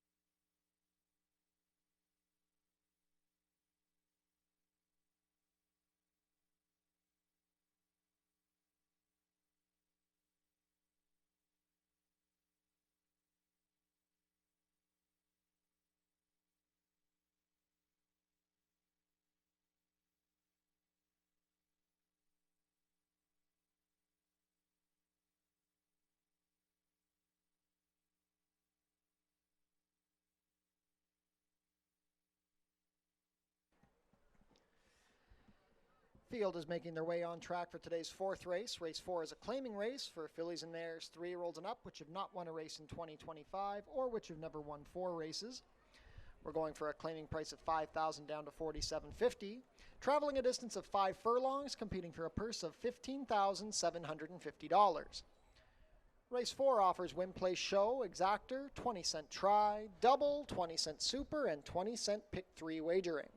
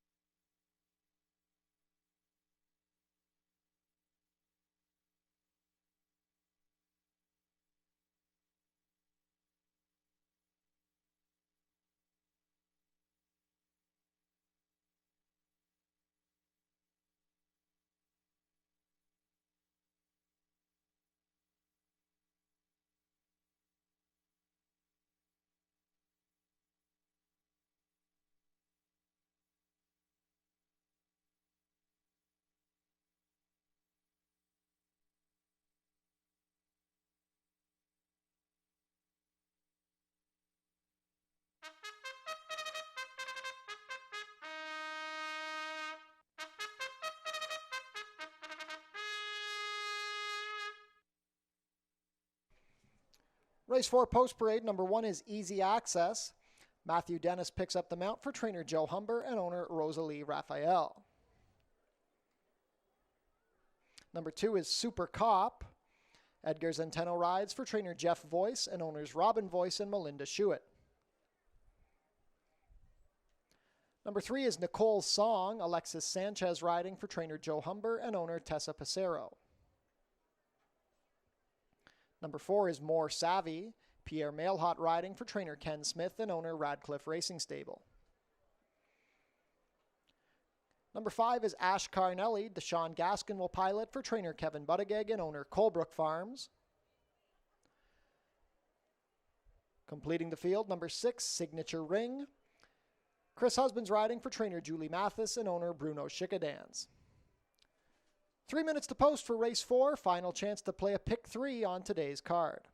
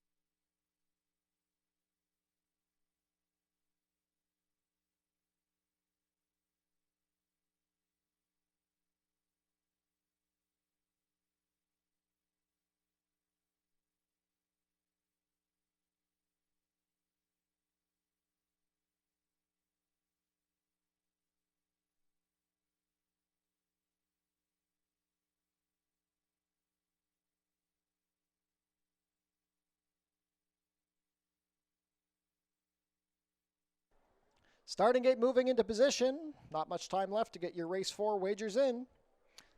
They'll be heading to post shortly.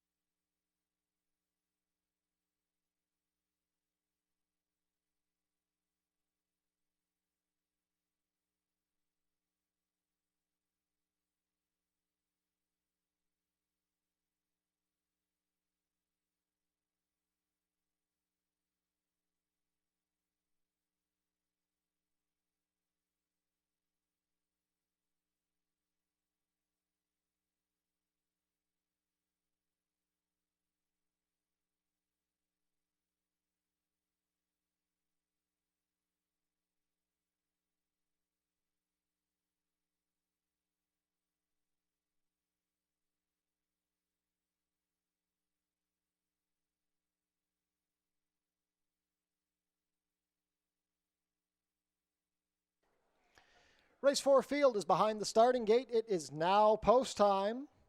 7-5 favorite, the number 6 Signature Ring. First to go in will be Easy Access and Matthew Dennis.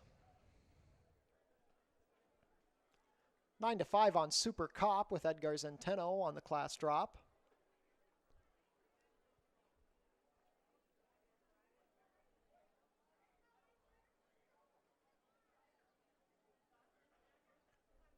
Nicole's Song and Alexis Sanchez.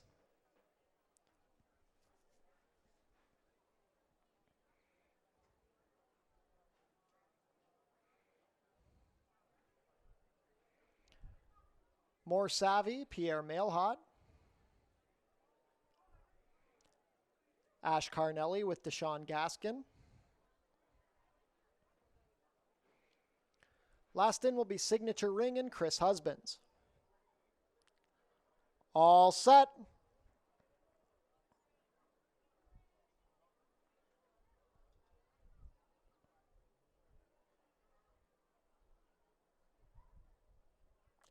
And they're off. Easy Access lost the rider at the start. From the outside, Signature Ring going for the lead with Super Cop and Ash Carnelli also forwardly placed. Nicole's Song advancing up the inside under a ride. More Savvy will trail as the loose horse Easy Access is joining the pack. It's Signature Ring up by 2.5 lengths as they race into the turn. Super Cop is a clear second, 2 lengths better than Ash Carnelli. Third between the loose horse and More Savvy is Nicole's Song. And now the loose horse is advancing into the pack. Ladies and gentlemen, if you're on the rail, you might want to back away. Opening quarter, 22-3. Signature Ring still on the lead with Super Cop second. Ash Carnelli still in contention from third. Easy Access, the loose horse slipping up the rail. More Savvy tries to rally, and the new trailer is Nicole's Song. It is Signature Ring now being headed by Super Cop. Ash Carnelli tries to rally down the far outside. Super Cop puts the head in front of a stubborn Signature Ring. Ash Carnelli coming. Super Cop has the advantage, and Super Cop will go on to win. Super Cop and Edgar Zenteno a length over Ash Carnelli, then Signature Ring and More Savvy. 5 furlongs and 58-2.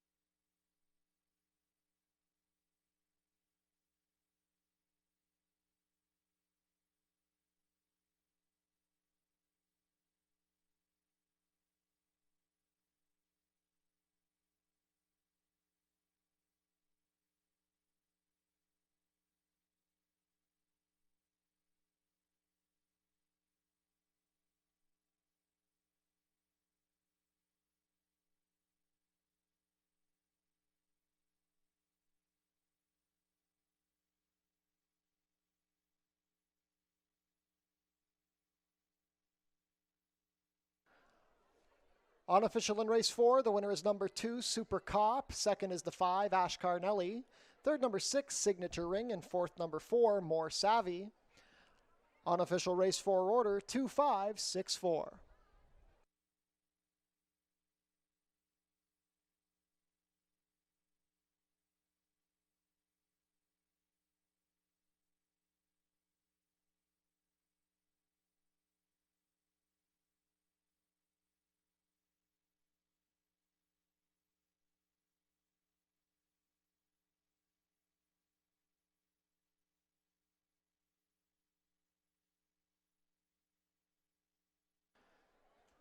Now back to the winner's circle, the unofficial winner of today's 4th race, number 2, Super Cop. Super Cop is a 6-year-old dark bay or brown mare by Super Speedy out of Officer Mary, bred here in Ontario by Shamrock Racing Stable Limited. Edgar Zenteno with the winning ride for trainer Jeff Voice. Super Cop is owned by Robin Voice and Melinda Schuett. 4th lifetime win and 2nd win of the season for Super Cop, who prevails, completing the 5 furlongs in a time of 58-2.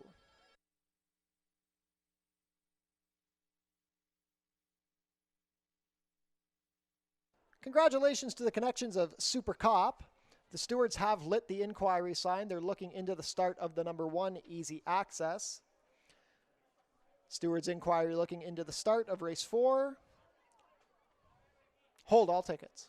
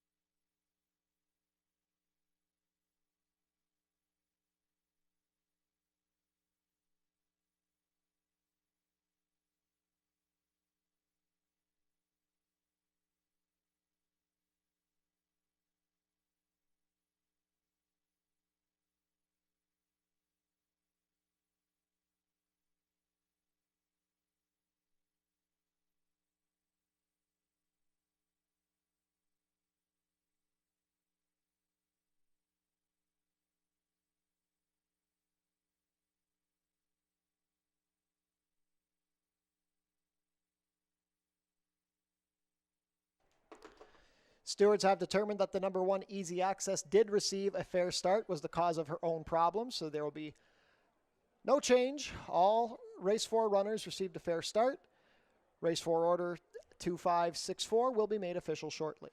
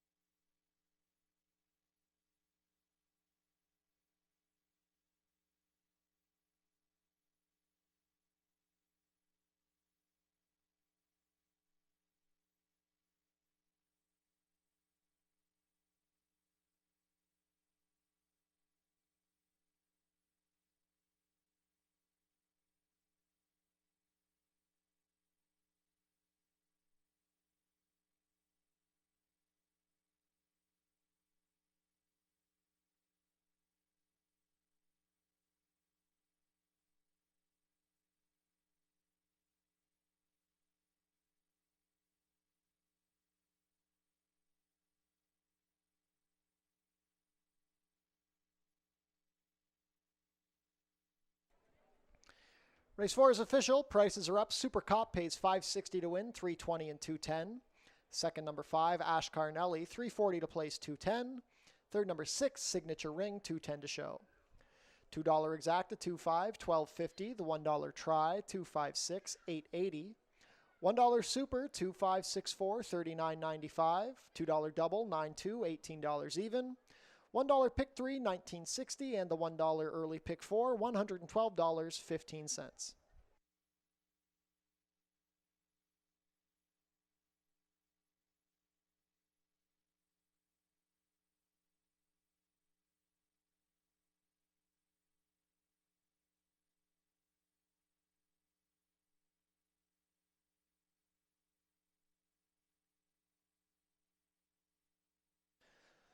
The winner was claimed. Super Cop, claimed by Aaron Rickman, moves to the barn of trainer Joe Humber.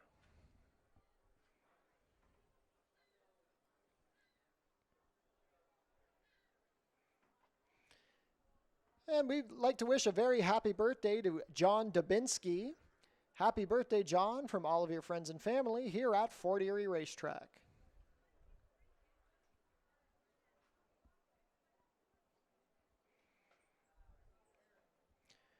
We've got 3 more farmers markets, actually down to 2 more farmers markets. August 17th was yesterday. 2 more farmers markets left this season, September 1st for Labor Day and October 13th.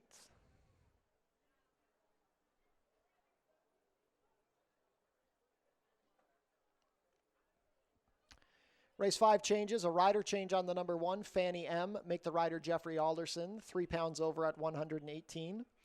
Still waiting on a rider change on the number 5, Legrand Garcon. Rider for the 5 is to be announced. 18 minutes to post.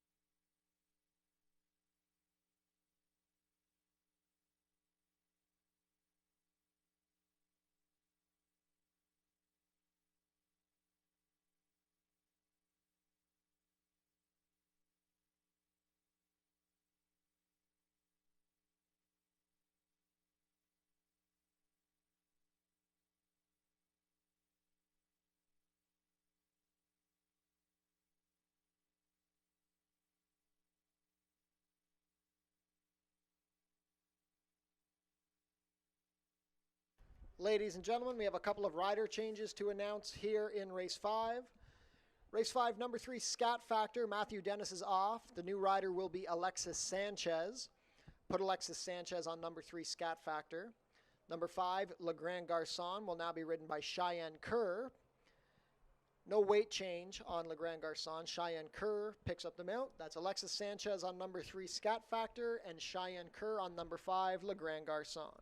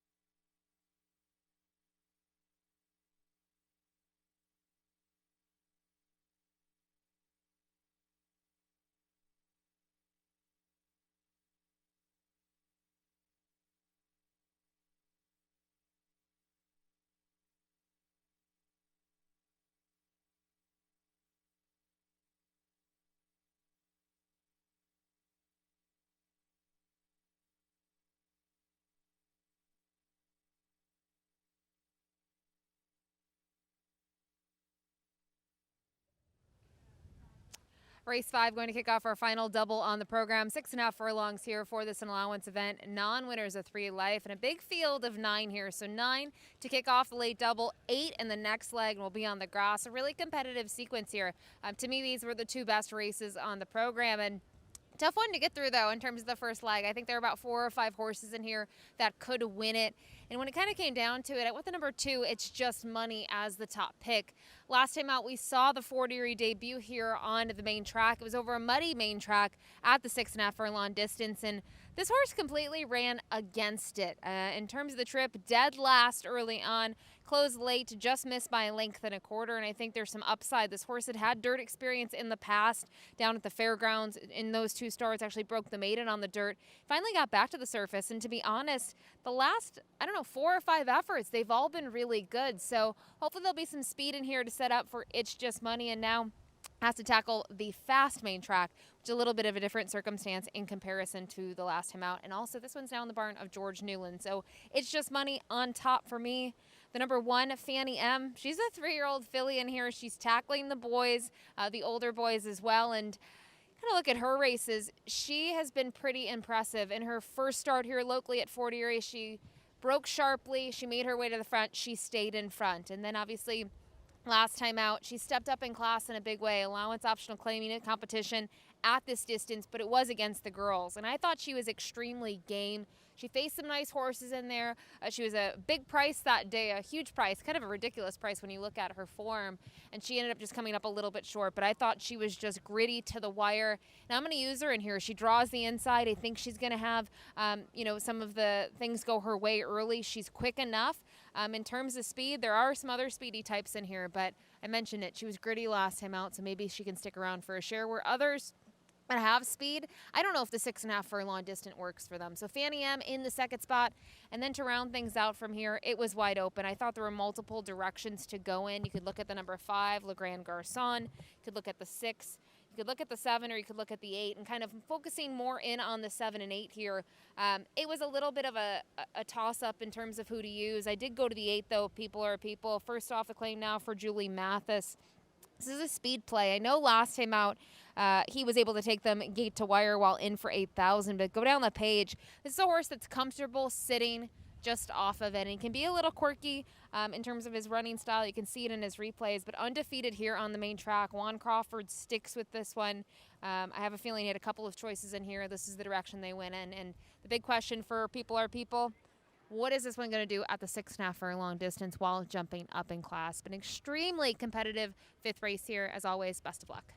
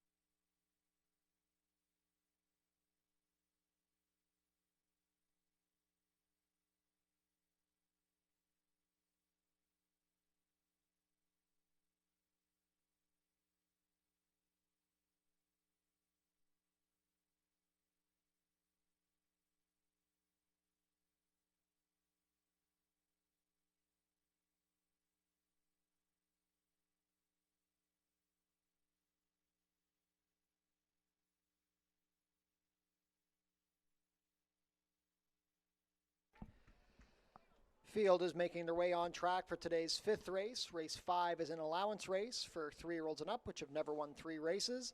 Traveling a distance of 6.5 furlongs, competing for a purse of $24,600. Race 5 offers win, place, show, exactor, 20-cent try, double, 20-cent superfecta wagering.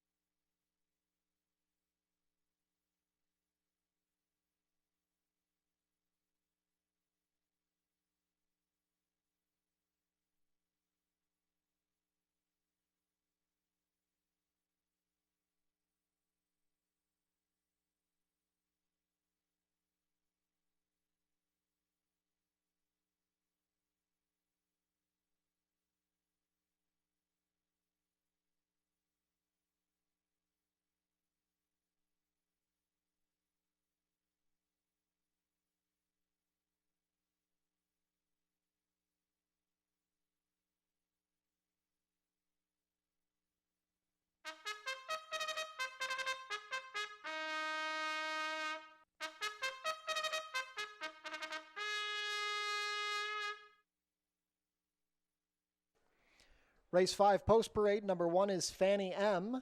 Jeffrey Alderson picks up the mount for trainer John Sims and owner Harvey Bussey. Number 2 is It's Just Money, racing for Shanique Johnson. Kirk Johnson rides for trainer George Newland. Number 3 is Scat Factor. Alexis Sanchez picks up the mount for trainer Allison Jennings and owner Logan Freitz. Number 4 is Back River. Chris Husbands in the saddle for trainer Desmond Maynard and owner Nadia Donlava. Tom Steer owns and trains the number 5, Le Grand Garçon. Cheyenne Kerr picks up the mount. Number 6 is Glint in Daddy's Eye. Amanda Vandermeersch riding for trainer Noel Williams and owner Bermuda Blue Farm. Number 7 is So-Called Vacation, racing for Ace Racing Stable Inc. Deshaun Gaskin riding for trainer Pat County Jr. Number 8 is People Are People. Juan Crawford riding for trainer Julie Mathis and owner Bruno Schickadans. Completing the field, number 9, Grand Spirited. Edgar Zenteno rides for trainer Richard Davis and owner Hesty Sport Incorporated. Late double wagering starts here in race 5.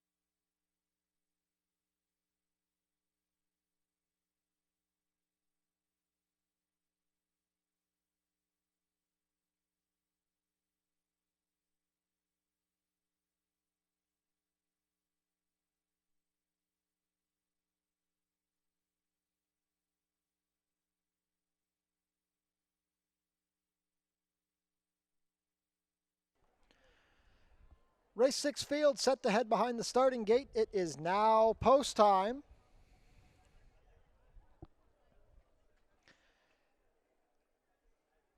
Wide open board, the 2-1 favorite is the number 8, People Are People. Co-favored with the number 2, It's Just Money.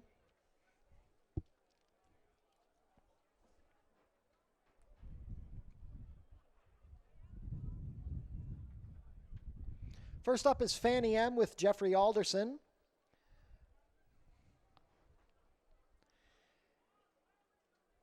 Favoritism shifted to It's Just Money,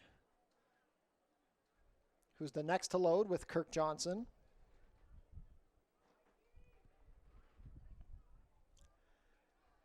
Scat Factor and Alexis Sanchez.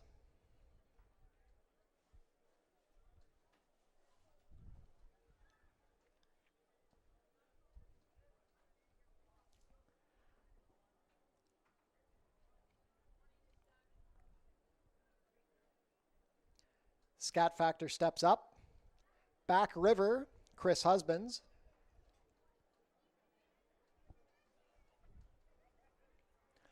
Le Grand Garçon and Cheyenne Kerr.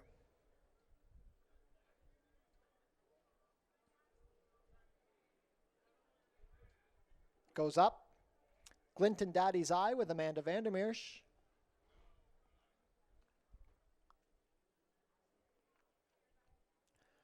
So-Called Vacation and Deshaun Gaskin.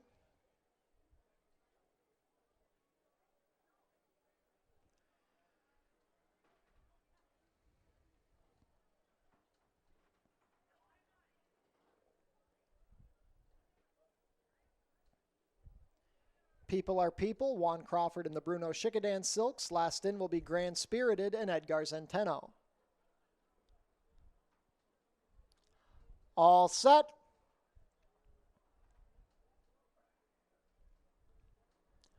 And they're off. It's Just Money out slowly. Fanny M going straight to the lead from the inside.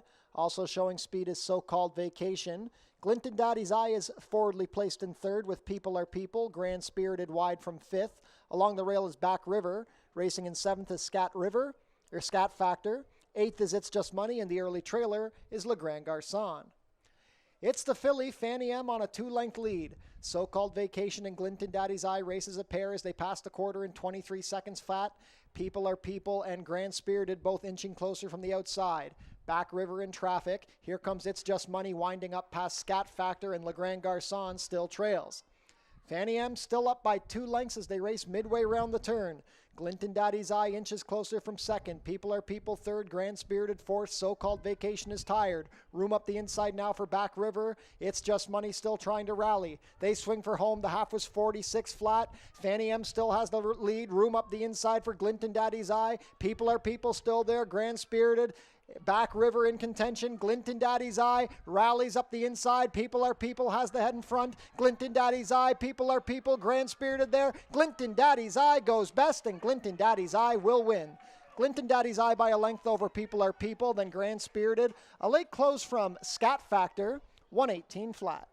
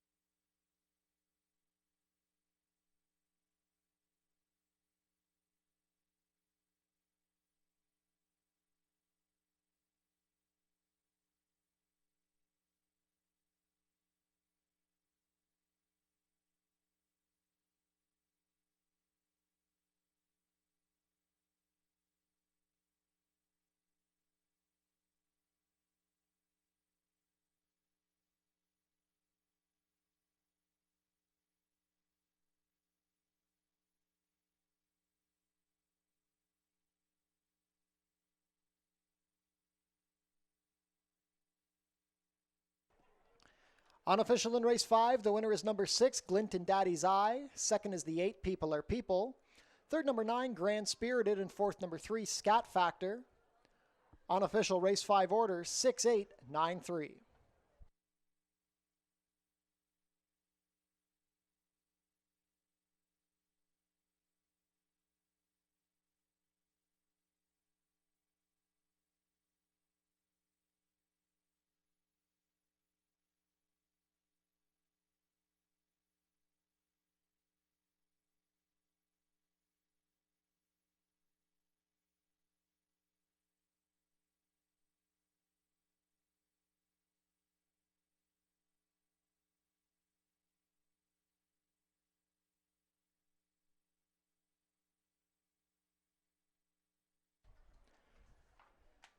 Now returning to the winner's circle, the unofficial winner of today's 5th race, number 6, Glint and Daddy's Eye. Glint and Daddy's Eye is a 3-year-old dark bay or brown gelding by Frack Daddy out of Moonlight Glint, bred here in Ontario by Paul Buttigieg. A riding double on the card for Amanda Vandermeersch. Glint and Daddy's Eye is trained by Noel Williams for Bermuda Blue Farm. Second lifetime win and second win of the season for Glint and Daddy's Eye. She rallies up the fence and completes the 6.5 furlongs in a time of 1:18 flat. Congratulations to the connections of Glint and Daddy's Eye. Hold all tickets until race 5 is made official.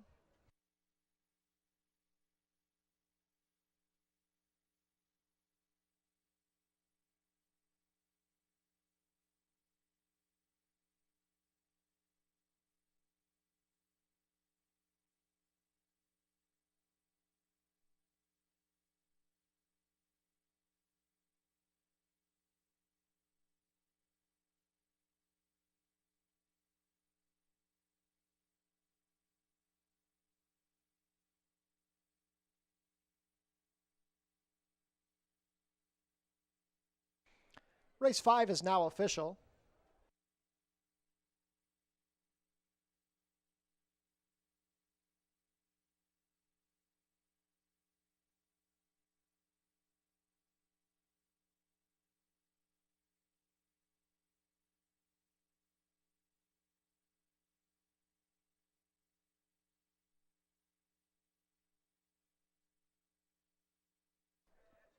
Prices are up. Glint and Daddy's Eye pays $23.50 to win, $11.30 and $7.40.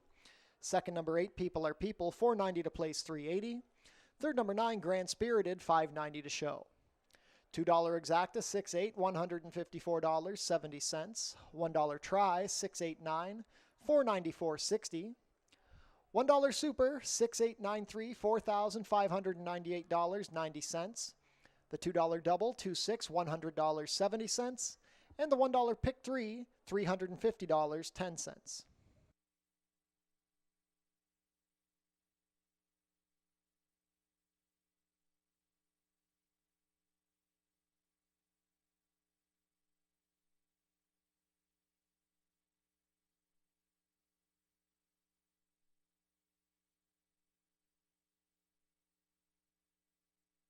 On screen now, the 4th place photo from race 5.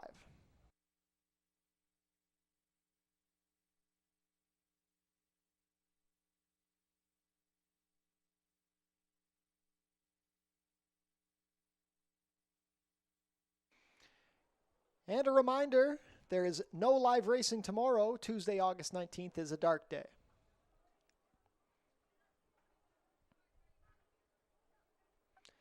And we'd like to wish a very happy birthday to Nick, who's celebrating here with us today. Happy birthday, Nick, from all of your friends and family here at Fort Erie Racetrack.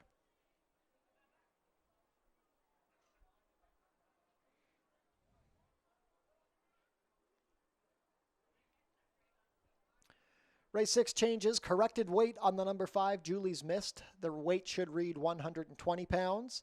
Stewart scratched the main track only, number 9, Foolish Games. 19 minutes to post.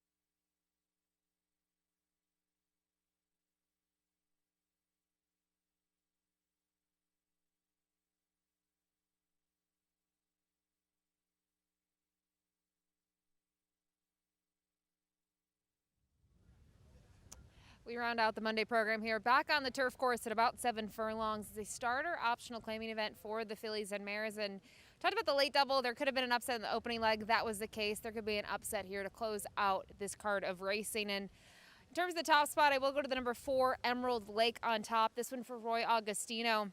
Just narrowly missed last time out. It was a really game effort. I know she took a lot of play in there, but Turf and Surf has been on a tear, and I just think the move might have been a little early, or it could be just Turf and Surf was a little bit better that day. But obviously, Emerald Lake could step up here in a big way. She's improved with her 2 starts this season, 3rd on the first one, more recently 2nd. Her Buyer speed figure improved by 9 points. I just think she's sitting on a massive race in here, so she is going to be the top pick for me.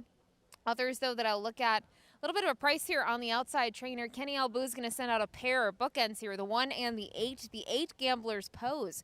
So I'm going to use in the 2nd spot. Now, hasn't cracked the top 2 yet this season, but has been 3rd 2 times now. And last time out had to roll from off of it. It was a change in tactics. 2 starts back, chased the pace. That was on the dirt, and you can understand why they did that. You kind of got to be involved in these dirt races, especially when they're washed off due to weather. And then more recently on the turf, she attempted to rally from off of it behind Kid Gizmo, who won 2 races in a row. I really think Gambler's Pose could be a big upset in here. Even Menagerie, the stablemate, could run a good race, but like Gambler's Pose last time out, even though the Buyer speed figure comes back quite light. And then finally from here, torn between the 6 and the 7, ended up going to the number 6 in here in the 3rd spot, Turf and Surf. I talked about it. The form has just been impeccable this season on the grass. 6 for 7 career-wise on this turf course, but 2 wins now in a row, has rallied from off of it. Melanie Pinto climbed aboard for the first time last time out. First off the claim here for Mike Blake. And let's also realize the 2 starts back, that was against the boys. I know the claiming price was less than what she faced last time out, but tough group when you see the names of Dots Vision and Dragon's Brew behind her. And then more recently, against her female competitors, she ended up being able to win. So it's going to come down to a perfectly timed ride here for Turf and Surf, as she's going to be rolling from off of it and could be potentially further back than the others I mentioned. But a field of 8 here, it goes to post for the nightcap, race number 6. As always, good luck.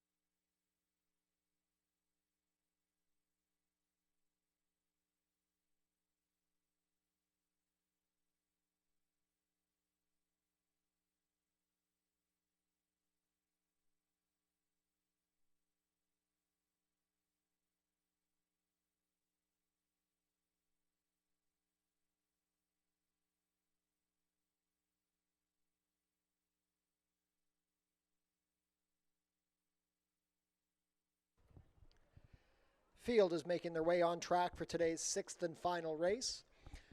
Race 6 is a starter optional claiming race for fillies and mares 3-year-olds and up, which have started for a claiming price of $5,000 or less in the last 2 years, or going for a claiming price of $10,000. We're traveling about 7 furlongs over the turf course, competing for a purse of $21,300.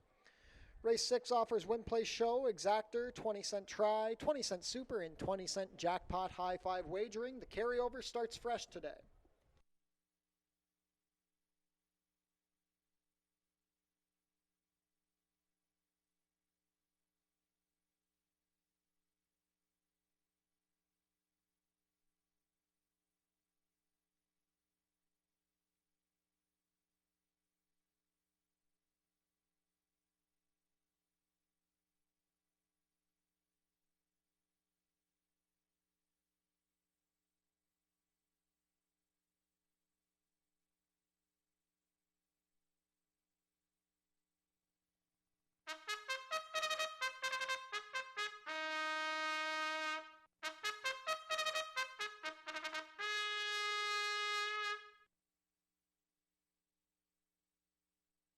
Race 6 Post Parade, number 1 is Menagerie. Kirk Johnson rides for trainer Ken Albu and owner Six Brothers Stable. Number 2 is Thunder Heavy Rain, racing for Dwayne Newsom. Chris Husbands rides for trainer Anthony Husbands. Number 3 is Hot Omelette. Cheyenne Kerr riding for trainer Josh Robillard and owners Hoi Wing Ip and Michael Chung. Number 4 is Emerald Lake. Juan Crawford has the call for trainer Roy Augustino and owner Michael Bellissimo. Tony Alderson owns and trains the number 5, Julie's Mist. The rider is Jeffrey Alderson. Number 6 is Turf and Surf. Melanie Pinto rides for trainer Mike Blake and owners Ascot Stud and Michael Blake Sr. Pierre Crete owns and trains the number 7, Chrome's Big Break. The rider is Delilah Rivera. Completing the field, number 8, Gambler's Pose. Howard Newell riding for trainer Ken Albu and owners Six Brothers Stable. 2 minutes to post. For race 6, we are on the turf for the nightcap.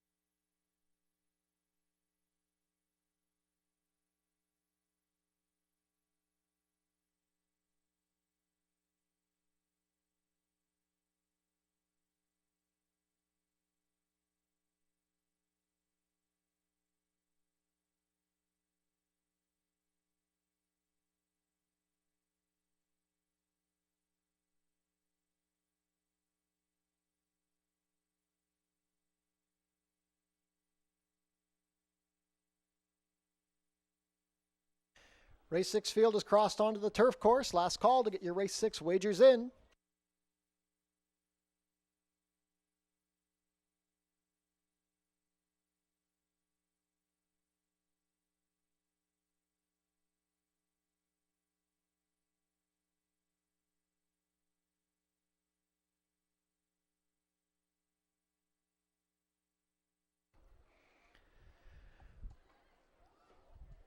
Field for race 6 is behind the starting gate. It is now post time. First to load is Menagerie with Kirk Johnson, last year's Molson Cup winner. Thunder Heavy Rain and Chris Husbands. Hot Omelet with Cheyenne Kerr, looking to extend her winning streak to 3.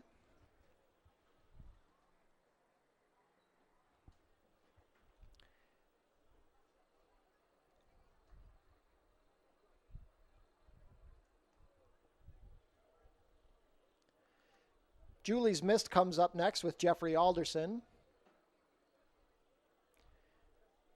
Emerald Lake bet down to 8-5 under Juan Crawford. Takes her spot. Turf and Surf with Melanie Pinto. 2024 Horse of the Year, Chrome's Big Break with Delilah Rivera. Last in will be Gambler's Pose and Howard Newell.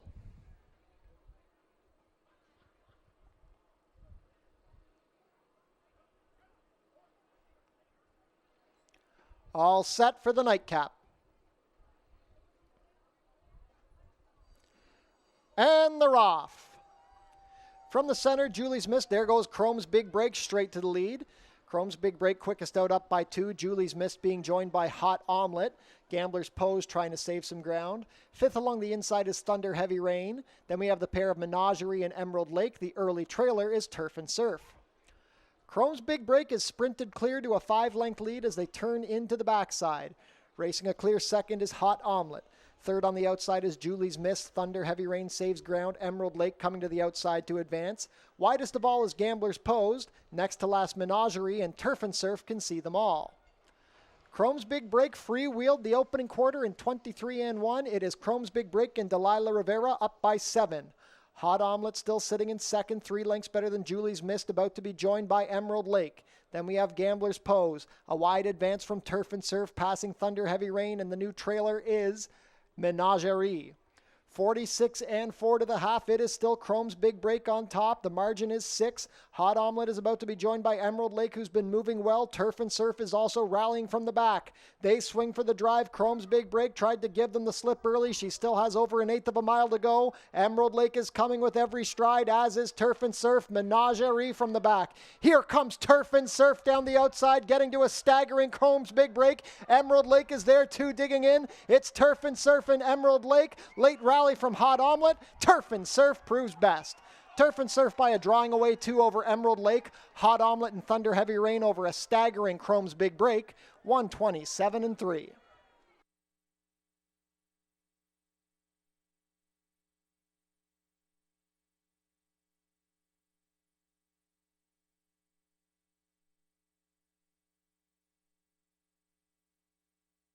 Unofficial in race 6, the winner is number 6, Turf and Surf. Second is the 4, Emerald Lake. It's a photo for show. Hold all tickets.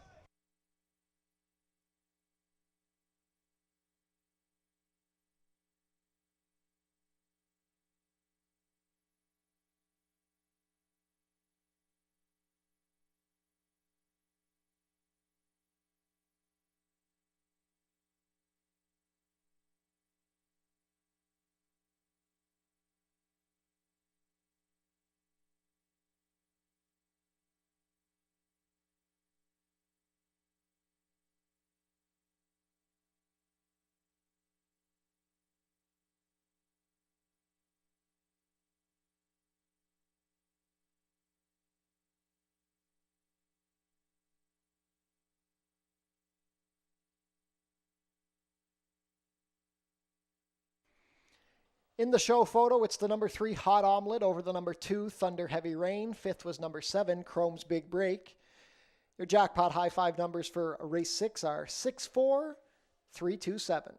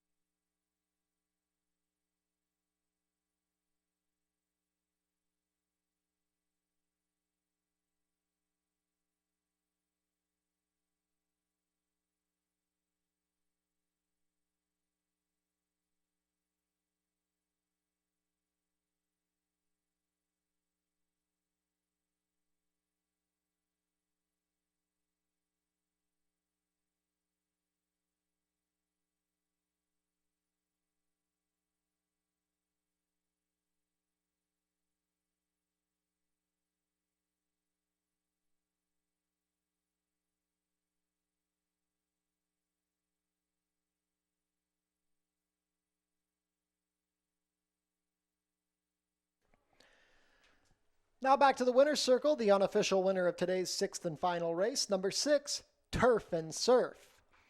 Turf and Surf is a 6-year-old bay mare by We Miss Artie out of Weekend in Malibu. Ken and Sarah Ramsey bred the winner in Kentucky. Melanie Pinto with the last to first winning ride. Turf and Surf is trained by Mike Blake for the partnership of Ascot Stud and Michael Blake Sr. 3 consecutive wins for Turf and Surf over the Fort Erie Turf. That's her 5th win in 30 career starts. She completes the about 7 furlongs over the good turf in 1:27.3. Congratulations to the connections of Turf and Surf. Hold all tickets until race 6 is made official. Race 6 is official.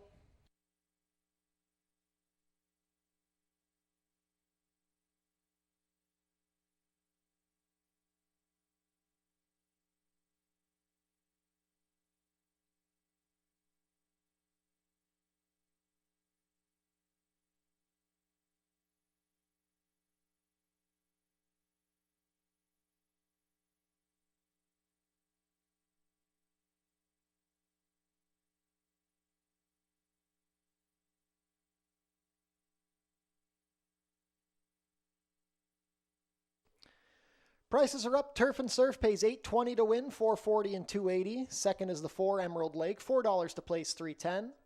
Third, number 3 Hot Omelet, $3.40 to show. $2 Exacta, 6.4, $27.60. The $1 Try, 6.43, $79.35. $1 Super, 6.432, $239.45. $1 High Five, 6.4327, $302.65. The carryover for Monday's card will be $636.86. $2 double, a pair of sixes, $61.50. $1 pick 3, $167.60. $1 late pick 4, $1,346.90. And the $1 pick 5, $1,367.60.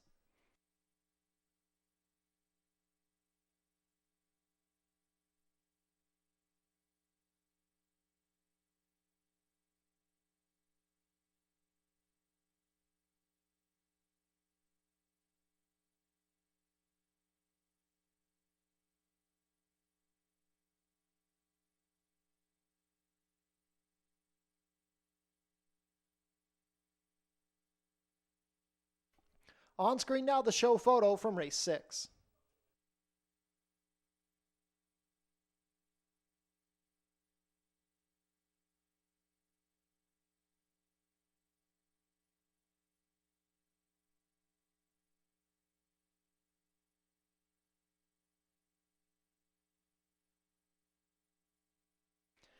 Jackpot High Five carryover for next week will be $636.86.